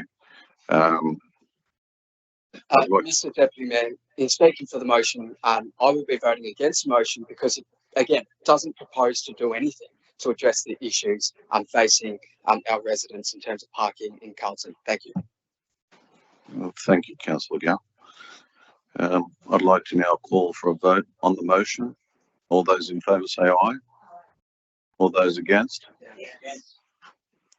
Okay, we can all go around the room, please. Your vote, please, Mr. Deputy Mayor. For. Councillor Allison. For. Councillor Anzalotti. Against. Councillor Arthur. Against. Councillor Demoski. For. Councillor Gow. Against. Councillor Hayes. Against. Councillor Jamison. For. Councillor Lansbury. For. Councillor Liu. For. Councillor Marnie. For. Councillor Mort. For. Councillor Pun. Sorry, against.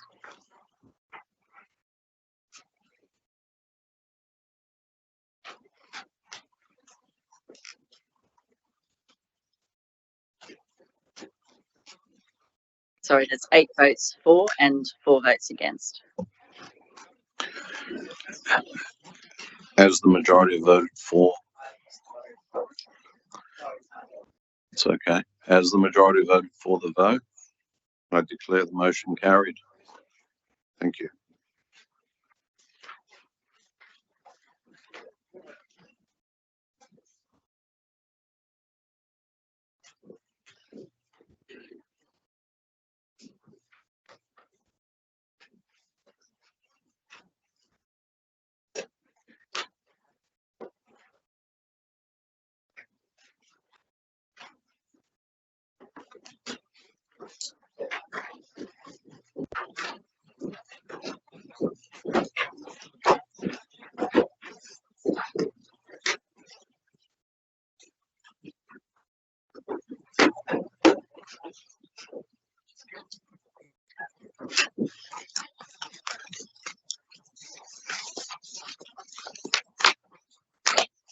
Okay, councillors, we move to NM 02426, that is the New South Wales Model Code of Meeting Practice. Councillor Lansbury.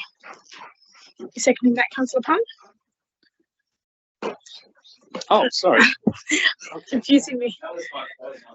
So it's moved by Councillor Lansbury and you seconding that, Councillor Mott? Yep. Thanks, Madam Mayor. I would like to speak to this. It's quite a lengthy motion, so I'm not going to read it. We'll just give you a bit of an overview of my thinking with this. It mentions at the top of the motion about a disallowance motion that was moved in the upper house in New South Wales. I wasn't aware of that, so we had a briefing a couple of weeks ago about councillor training and it was mentioned there. So I did some research on it and it was moved by Amanda Cohen, who Dr. Amanda Cohen mentions in that part II, and it was moved in, I think, late October and debated to an extent in late November. It was interesting. Like, I don't support the disallowance motion. I don't believe that it needs, the whole thing needs to be junked. I think it's a regulation. It can be, the minister can initiate that. That would be a really straightforward way to go.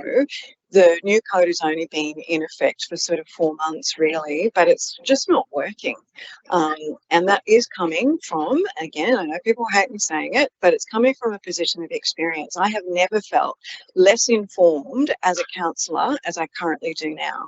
You know, in 22 years of being involved with council budgets, this is the first time that we weren't able to sit down with council officers and go through things and, you know, understand what their thinking was. They could get an idea of what our thinking was.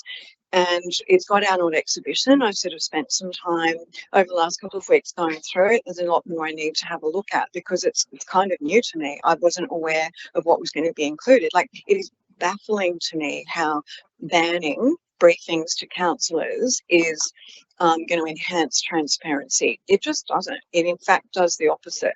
And again, not throwing any shade at council officers or directors, they have to work within the confines of the new code, as that's the instrument that guides us.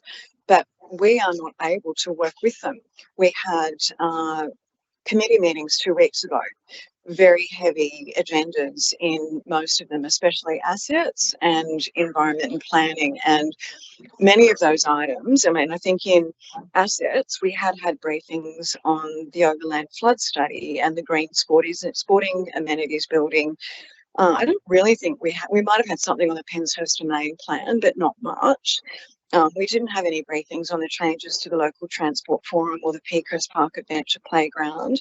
In environment and planning, we didn't have any briefings for 2 or 3 years. I think, and I'm sorry if my timeline is wrong. I distinctly remember when we did have a briefing with consultants about what their thinking was to craft it, but it's been quite some time before the Riverwood Master Plan has come back to us, and I'm really honest in saying I'm less familiar with that side of the LGA than I am with Kogarah. I pretty much know every street in the former Kogarah, but in the former Hurstville I'm a little bit more challenged with. So I could have really done with some briefings on that.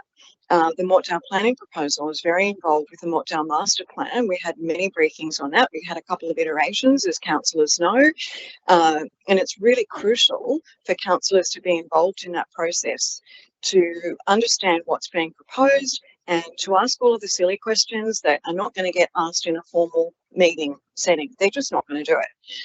Time doesn't permit, particularly. We've also, it wasn't one of the things that I raised, but we're only allowed to go till 10:30, which, you know, for WHS reasons, that's a good thing.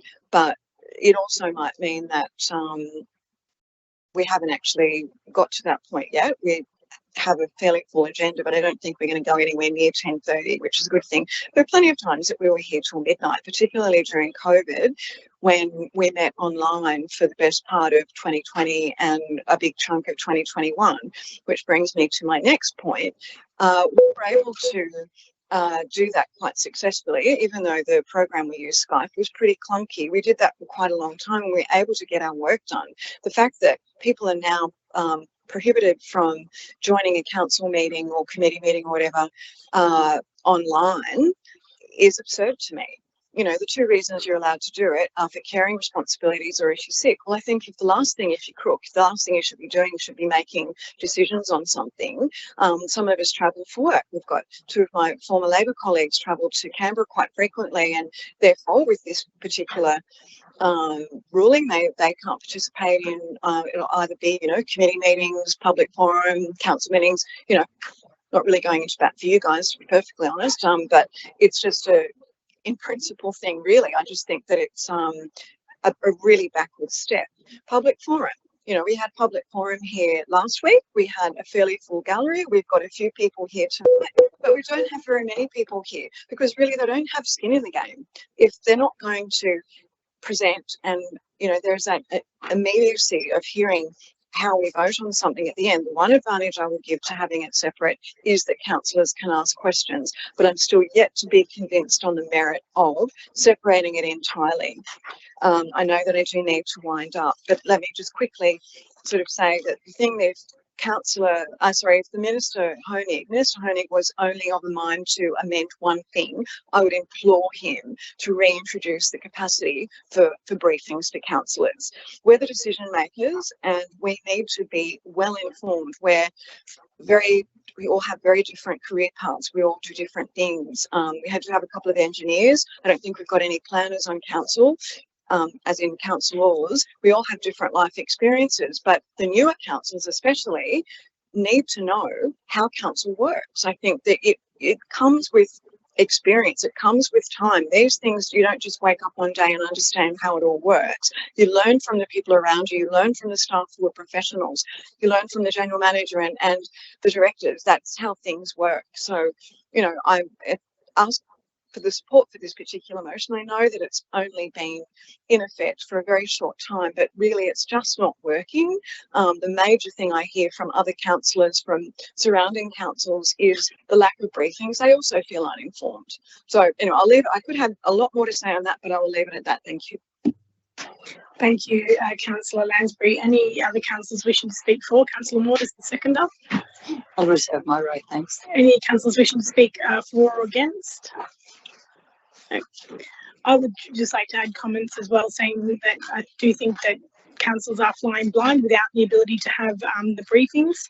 I personally think the new format is working well in terms of having the committees as a whole, and then the ability of the standalone public forum with longer period of time for residents and the community to review the council business papers. I know that your view is different on that. However, I'm happy to support this motion as it's basically calling for council to have greater discretion on when the public forum is held, which, you know, is a decision for council ultimately. So if there's no speakers against, I will put the motion. All those in favour say aye. All those against, I declare the motion carried. Next we have NM 02526, which is gambling losses in New South Wales. Councillor Lansbury, seconded by Councillor Marnie. Thank you, Madam Mayor. Again, I won't read the motion because it's quite long and I think it's fairly self-explanatory. I put this up on the back of Councillor Marnie's motion that we dealt with at the March meeting, which, you know, to my great delight, the Prime Minister acted on not long after that. We'll sort of take some credit for them getting moving on that. They didn't go quite far enough, but at least it's a start for me. However, I'm just really disappointed with the lack of action from the state government on this. You know, we all have heard the stats. We had Joel Mackay here speaking again at Public Forum last week, and you know, he talked about the fact that the Georges River communities are losing around $5 million every week on poker machines. At that rate, the LGA is on a trajectory to reach around $500 million in losses each year by 2030, and that's only 4 years away. That's money that should be supporting families, local businesses, and community well-being. I know that there has been some very small incremental changes, but there hasn't been any real action. You know, I'm pleased that the powering down of machines between 4 and 10, 4 a.m. and 10 a.m. There was 600 and something organisations like clubs, pubs, etc., that had an exemption from that. And when that came in, that they, you know, had to reapply for it. Only a handful did, and nobody actually got it, which is a good thing.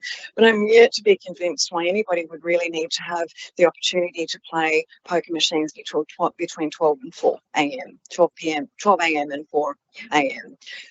Yes, there are shift workers and all the rest of it, but I'm quite sure that there are far more productive things they could do with their time than waste their hard-earned dollars on poker machines. I am old enough to remember the live music scene in Sydney, especially pre-poker machines in the 90s. I was doing a tape course at Ultimo, and we would go up to the Strawberry Hills Hotel on a Thursday night, and they had live music. It was quite well known for jazz and other things like that. And then one day we turned up, no bands anymore, and the room was full of poker machines. And that was unfortunately something that increased over the next few years, and the live music scene was greatly impacted as a result of poker machines, because publicans, etc., found they could make more money that way. There has been a turnaround from many different places these days. They're heading more towards having poker machine free areas. That's great. That's not what we're here to discuss tonight. There is an appetite for it, though. There needs to be a different business model for these organisations and clubs, etc., they should not rely on the misery of people losing all of their money, having family breakups, family and domestic violence. The other thing that I would like to mention is there's an article a few days ago about the Crime Commission revealed a report. The New South Wales Crime Commission revealed that criminals are funneling billions of dollars in cash through poker machines every year in New South Wales, and nominated mandatory cashless gaming cards as the most effective way to solve the problem. So far, the Men's government has refused to endorse the cards and is yet to unveil its policy to combat money laundering and gambling harm. Now, the criminal element of it is a really significant thing for us to consider. You know, I think we don't know exactly how that's or where that's happening in Georges River, but I'm quite sure that it is. I don't really understand myself how they launder money, but it's been explained to me a couple of times. But it's happening. Millions and millions of dollars are being laundered through poker machines that could be resolved through cashless gaming cards. We also need to think about the fact that we have got over 87,000 machines operating in clubs and pubs in New South Wales, and that number is only second in the world to the US state of Nevada, which is, you know, the home of Las Vegas. Do we really want to have that as one of our things that we're famous for? In WA, the only poker machines that they have got in the casino. They phased them out a few years ago, which didn't seem to do them any harm. Anyway, I think it's fairly self-explanatory. I would like to see the state government take some action. First thing I would like to see them do is to say that we've got to power down pokies from midnight. I think that that's a really reasonable thing to do. There are other things that need to be done, like cashless gaming. I know that things can move at a glacial pace, but this has been in effect for too long. We're well aware of the harm that gambling does our community, and the fact that last year in New South Wales over $9 billion was put through poker machines is something that we can't just continue to look away from. We need to look towards it, and what we do to resolve that, local government are the ones that actually have to mop it up, because they're people in our communities that lose their livelihoods, lose their homes, lose their families, and it's up to the state government to take some action. I'll leave it at that. Thank you. Thank you, Councillor Lansbury. Councillor Marnie is the seconder. Do you wish to speak for the motion? Thank you, Madam Mayor. Thank you, Councillor Lansbury, for again highlighting this serious social problem, which is now recognised as a mental illness, despite several unanimous resolutions which Councillor Lansbury and I have initiated in recent years, and the exceptional efforts of council staff, our partner, Wesley Mission, and other benevolent organisations which also operate locally, such as St John's Anglican Church, Cogra, the figures remain alarming. Poker machines losses in LGA have gone up $35 million in the year ending August 2024. And here in George River, players lost more than those in both Bayside and Sutherland Shire, even though both those LGAs have higher populations than we do. I could quote even more figures and go into the ill effects of gambling, but I'd be talking for another hour.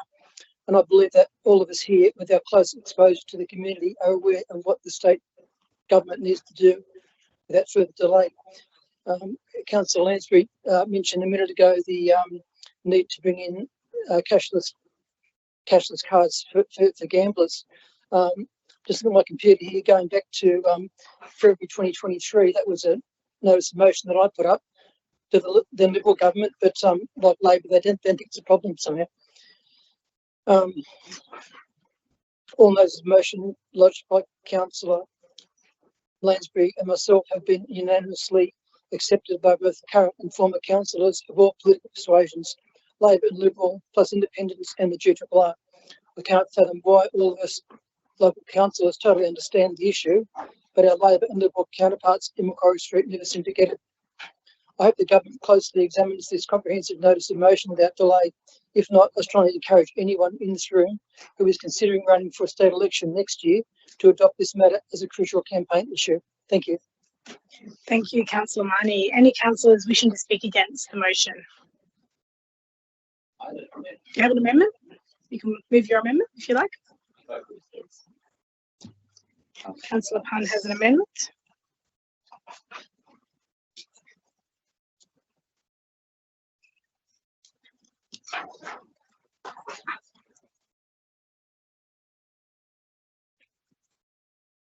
Thanks.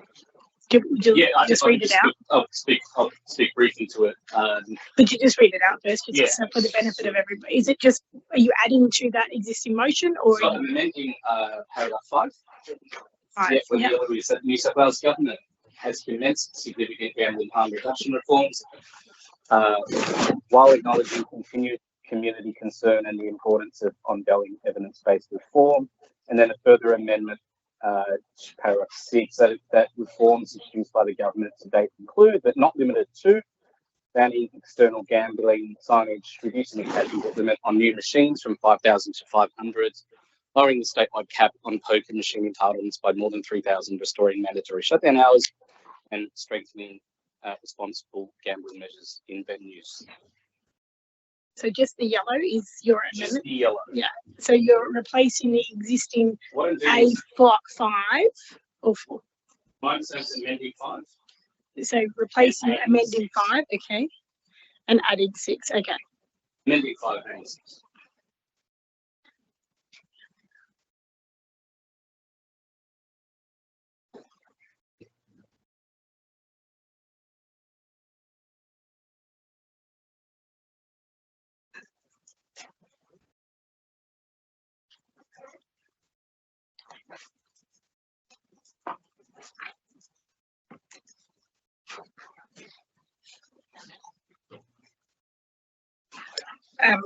I'll call for a seconder to your amendment, first of all, Councillor Anzalotti, and then I will go to Councillor Lansbury to see if she accepts this amendment.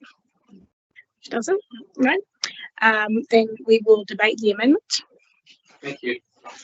Madam Mayor, councillors, I just thought that this amendment whilst it matters so much to so many people, and I very much understand the destructive nature of gambling and its effects on everyone here in New South Wales. We need to recognise that it's a serious issue, that social behaviour will take time the behaviour change takes time. It's a serious issue. It's statewide, and the state government has made significant. I didn't want to characterise it as incremental change. I didn't think that that would be fair. It takes time to undo these things, and so by lowering the state cap on poker machine entitlements by more than 3,000, there were 20-year-old variations, which meant that essentially venues were able to skirt around some of the restrictions that were under the regulation because of maybe their positioning, closeness to or proximity to a tourism area, financial hardship. And my understanding is the regulator has reviewed those 600 variations. And, you know, these things take time. Unfortunately, when you're talking about gambling reform, a lot of those bars, pubs, venues are employing people that all support this community and everyone in the state. It is about real jobs. And I think that's the real balance that we have to take, understanding that the government's done so much. Another reform that is quite visible to many of us here in this LGA is the Minns government removal of that external signage. I don't know if it's made if anyone else has noticed, but particularly here in Hurstville and other suburbs around, that call, that blatant, obvious commercialisation that there is a gaming room and that there are specials and that you can benefit from being a member, that's all gone. And that's because of this Labor government. So put simply, this amendment is about acknowledging that, you know, this is a journey that this government has taken. It has taken it seriously. Minister David Harris and the Premier are both committed to gaming reform. It takes time, and I think that this motion has to acknowledge some of the efforts that have already been made. Thank you. Thank you, Councillor Pun. Councillor Anzalotti, do you wish to speak for the amendment? I'll just second Councillor Pun with what he said that the current government has done. And I know in the lead up to the last state election, very late to the party, the coalition did come forward with some reforms, but they had 12 years to present that and they did nothing. So in the 3 years that we have had this state government, there have been reforms and it is something that they are working to. So Councillor Pun has set out, you know, there that, sorry, I've just lost my train of thought. I think we just, like I said, we just need to acknowledge that there have been some reforms. They are a work in progress. It's been 3 years. It's you can't change a whole culture that is embedded in Australian society in a 3-year term. It takes time. Like we know on council, it takes time to change form, to change culture and bring about reform. And I think what our government has done in 3 years is commendable. And I think that amendment brings to light the good work that the state government has done in a small time frame. Thank you, Councillor Anzalotti. Do any councillors wish to speak against this amendment? I have a question. Yes, you can ask a question. Councillor Anzalotti, could you, hang on, sorry. Yeah, please go ahead. Yeah, just 1.6, it says reducing the cash input limit on new gaming machines from 5,000 to 500. Is that cash as in cash in notes, or it includes also paying by cards or electronic? Is the question to Councillor Pun. Sorry, I'll come on.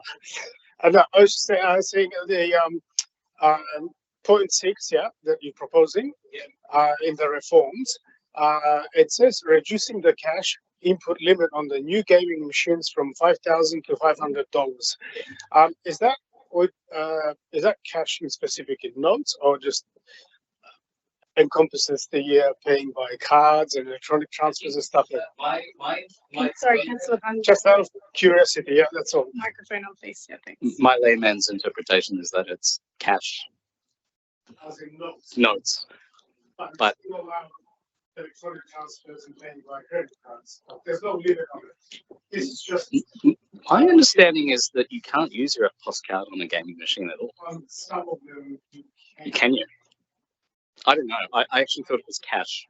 My understanding is cash. I'm happy to find that out, but yeah, I didn't know you could use that amount of money.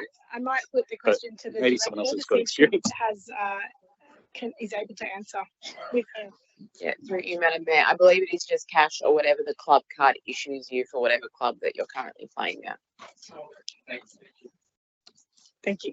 Councillor Lansbury, you wish to speak against the amendment? Yeah, thanks, Madam Mayor. I will speak against the amendment. The whole purpose of this is to actually rattle the state government's cage a bit and get some action. And I probably would expect nothing less from the Labor team to defend their government. And I used to do the same till they kicked me to the curb, I guess. But we need to. Continue. I don't think there's a point of order. Councillor Lansbury can express that as part of her speech. It's not an active disorder in the meeting. I don't believe. So please continue.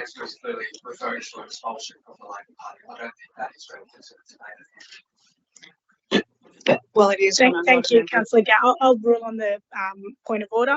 So Councillor Gow's called a point of order that he doesn't believe Councillor Lansbury should refer to her expulsion from the Labor Party.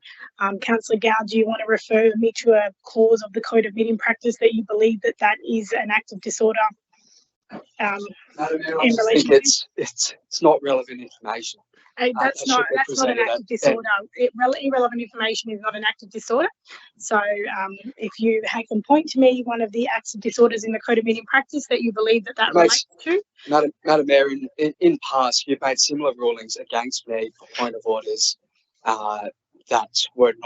that you claimed and deemed to not be relevant to the debate at hand. Look, Madam Mayor, sorry, Councillor Gow, I have called points of order on you where you've made comments that I believe are disparaging against the staff, which is an act of disorder. And that is what I've called a point of order for you in the past. But, we've had a speech tonight about Beverly Hills. It was all about the palm trees in Beverly Hills. And we were talking about stormwater. It was really unrelated to the motion at hand. I let that debate continue. So it wasn't directly relevant to the motion at hand. So my ruling is that Councillor Lansbury's reference is not an act of disorder in accordance with the Code of Meeting Practice. So we will move on and go back to the debate for Councillor Lansbury to continue.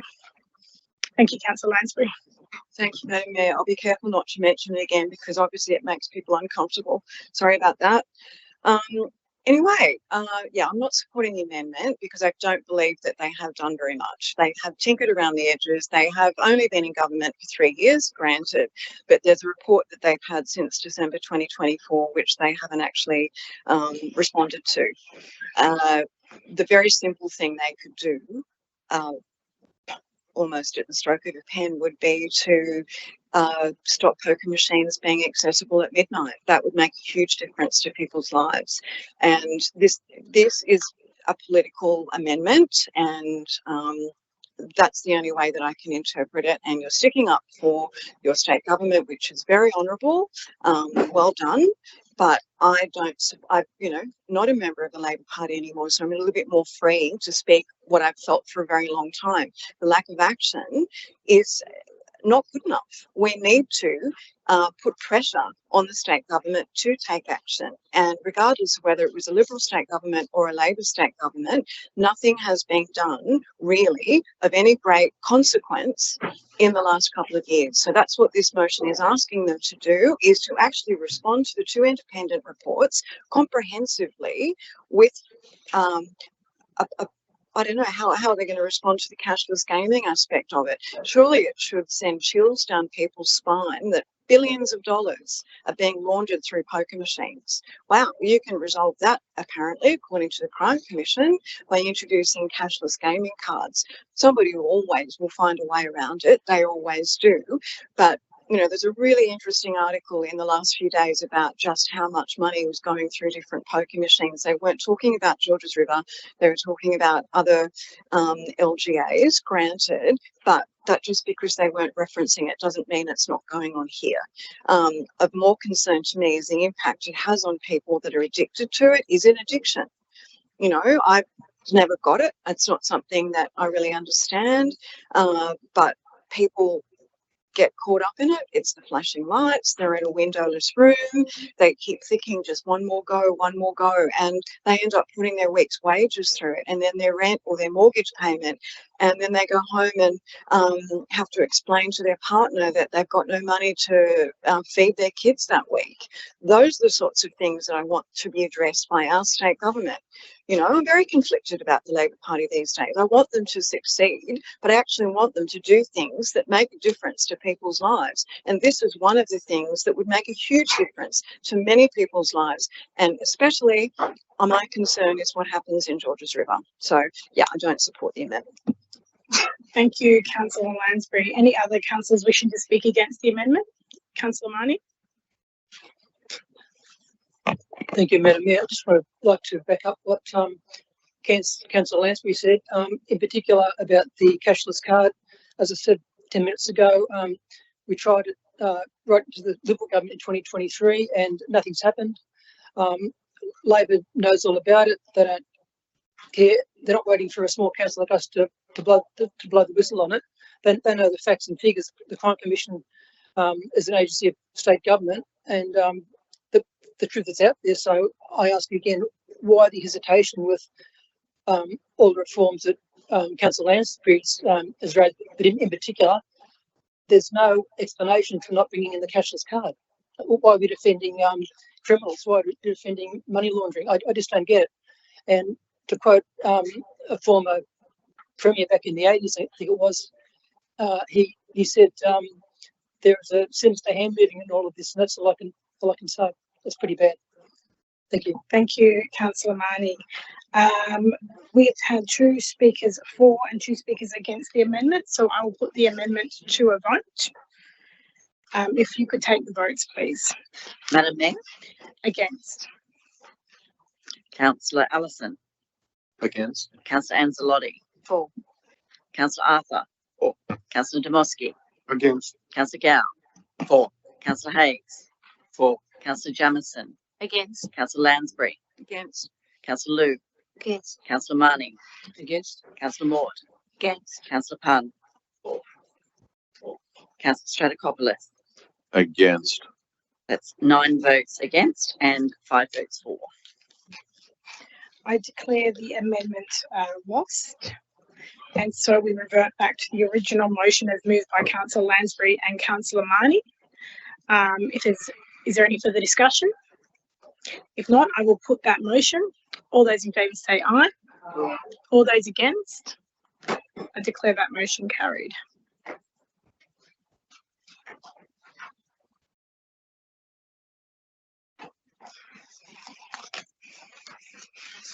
Next, we move to NM 02626, which is road safety concerns, Kingsway and Maluka Place, Beverly Hills. Councillor Punn. Councillors, thank you. Seconded by Councillor Gow. Thank you. Last week we saw one of our more colourful residents in Kingsgrove. Thank you, council officers, for amending the motion. It's actually in Kingsgrove, not Beverly Hills. So thank you for that pickup. One of our more colourful residents, Peter from Kingsgrove, attended our public forum the other week, and I credit him for his long-standing representation and voice in the community. Unfortunately, Kingsway and Maluka is just another one of those intersections in this LGN. It's not too far from my other favourite hotspot. It's Carrington and Warwick in Hurstville. I think it's probably only a kilometre away. And unfortunately, when we had the media down there and some residents on that Saturday, it is blatantly obvious. You sit there on the corner and every second, third car does not stop at the intersection. They do not stop. They just fly through, or you can tell that they don't even see the line markings. And I wanted to use this opportunity to thank you, council officers, who have picked up the ball and we've noticed the new paint down there. So thank you. Again, it's one of those intersections that is also the victim of ibis birds and the nearby tree, the trees that they live in. These birds are unstoppable. I think we need to do something about that, but that's for another time. But we've had 3 accidents in the last few years. 2022, there was a fatality when a food service driver collided with a truck. My understanding is that he hit it so hard that headphones that he was wearing underneath his helmet was crushed into his skull. 2024, an accident resulted in the hospitalisation of an elderly woman. And then obviously not too long ago, about last month and a half ago, there was another serious accident.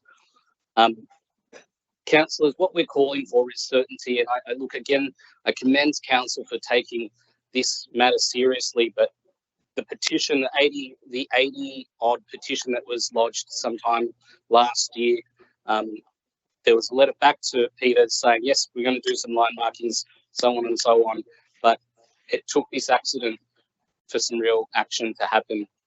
They were waiting for line markings. They were promised chevron markings. They were promised upgrades. What this motion is calling is for some certainty, some transparency about what the process is going to look like forward. The arguments that I've made before about Carrington Warwick are pretty much the same. You know, you've got residents who've backed in a petition. They've come to me. They said, we need a voice. I've gone and done that. We've waited. And they've not seen a proper action plan. And it's taken, unfortunately, another accident at this intersection to demonstrate how serious this safety issue is. So again, I just need to come back to those core principles. It is about certainty, transparency, fairness. You can see some of the stories from the residents there. I think this is the second or third time the electricity pole has been knocked down. You go there any time on a weekend, you can see burnout marks. The cars love it. There's a huge roundabout in the next intersection. It is time that something just needs to be done. And I think this motion, with its undertaking to do a study, come back in 3 months. If a roundabout's on the cards, let's make it happen. But let's give these residents the communication they deserve. If at the end of those 3 months the council has decided on something or it's working on plans, let's communicate that to the residents. And that's what I said about the other intersection last year. Thank you, councillors. Thank you, Councillor Pun. Councillor Pun, I just would like to seek clarification from something you said just then. You said there was a petition from 80 people on. Did you, in your commentary just then, did you make a reference to a petition? I've never seen a petition in relation to this location. So is it something that was presented or tabled at council? Yes. I don't have any. I don't have any recollection of it. I've asked the general manager if we could just check on, get a question with no notice, just to see if there was ever a petition tabled on this issue, because I can't recall it in my time ever seeing the petition on this. So I'm just wondering, you made out that they've been advocating for change, but honestly, this is the first I've heard of it, having from my time on council. So I haven't seen this come forward in a motion or a petition to council in the time I've been on council. So, yeah. Well, you are. Yeah. Councillor Gow, as the seconder, do you wish to speak to the motion? Madam Mayor, all I'll say is in support of Councillor Pun's motion and what Councillor Pun is doing in the Hurstville ward, it is a common sense motion. As a council, the council cannot discount the lived experiences of local residents. What Councillor Pun has proposed to this council tonight is sequential, identifies a problem, proposes a solution, and has a proper time frame in place so residents do get answers and they hopefully do get some action eventually. I think the important part about this motion, which I will support it, is it doesn't propose a solution. It asks council to investigate the best solution. And so therefore, on that basis, I'll be supporting the motion. Councillors, is there anybody who wishes to speak against the motion? If not, I'll put the motion. All those in favour say aye. All those against? I declare the motion carried.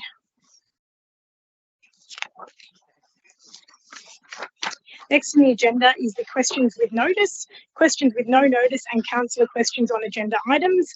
Answers to these are published in the business paper and supplementary agenda. And councillors, if you have further questions, please submit them through the hub and an answer will be provided in a future business paper. And there being no further business on the agenda, I will declare the meeting closed at 9:13 p.m. Thank you, councillors and members of the gallery, for your attendance tonight.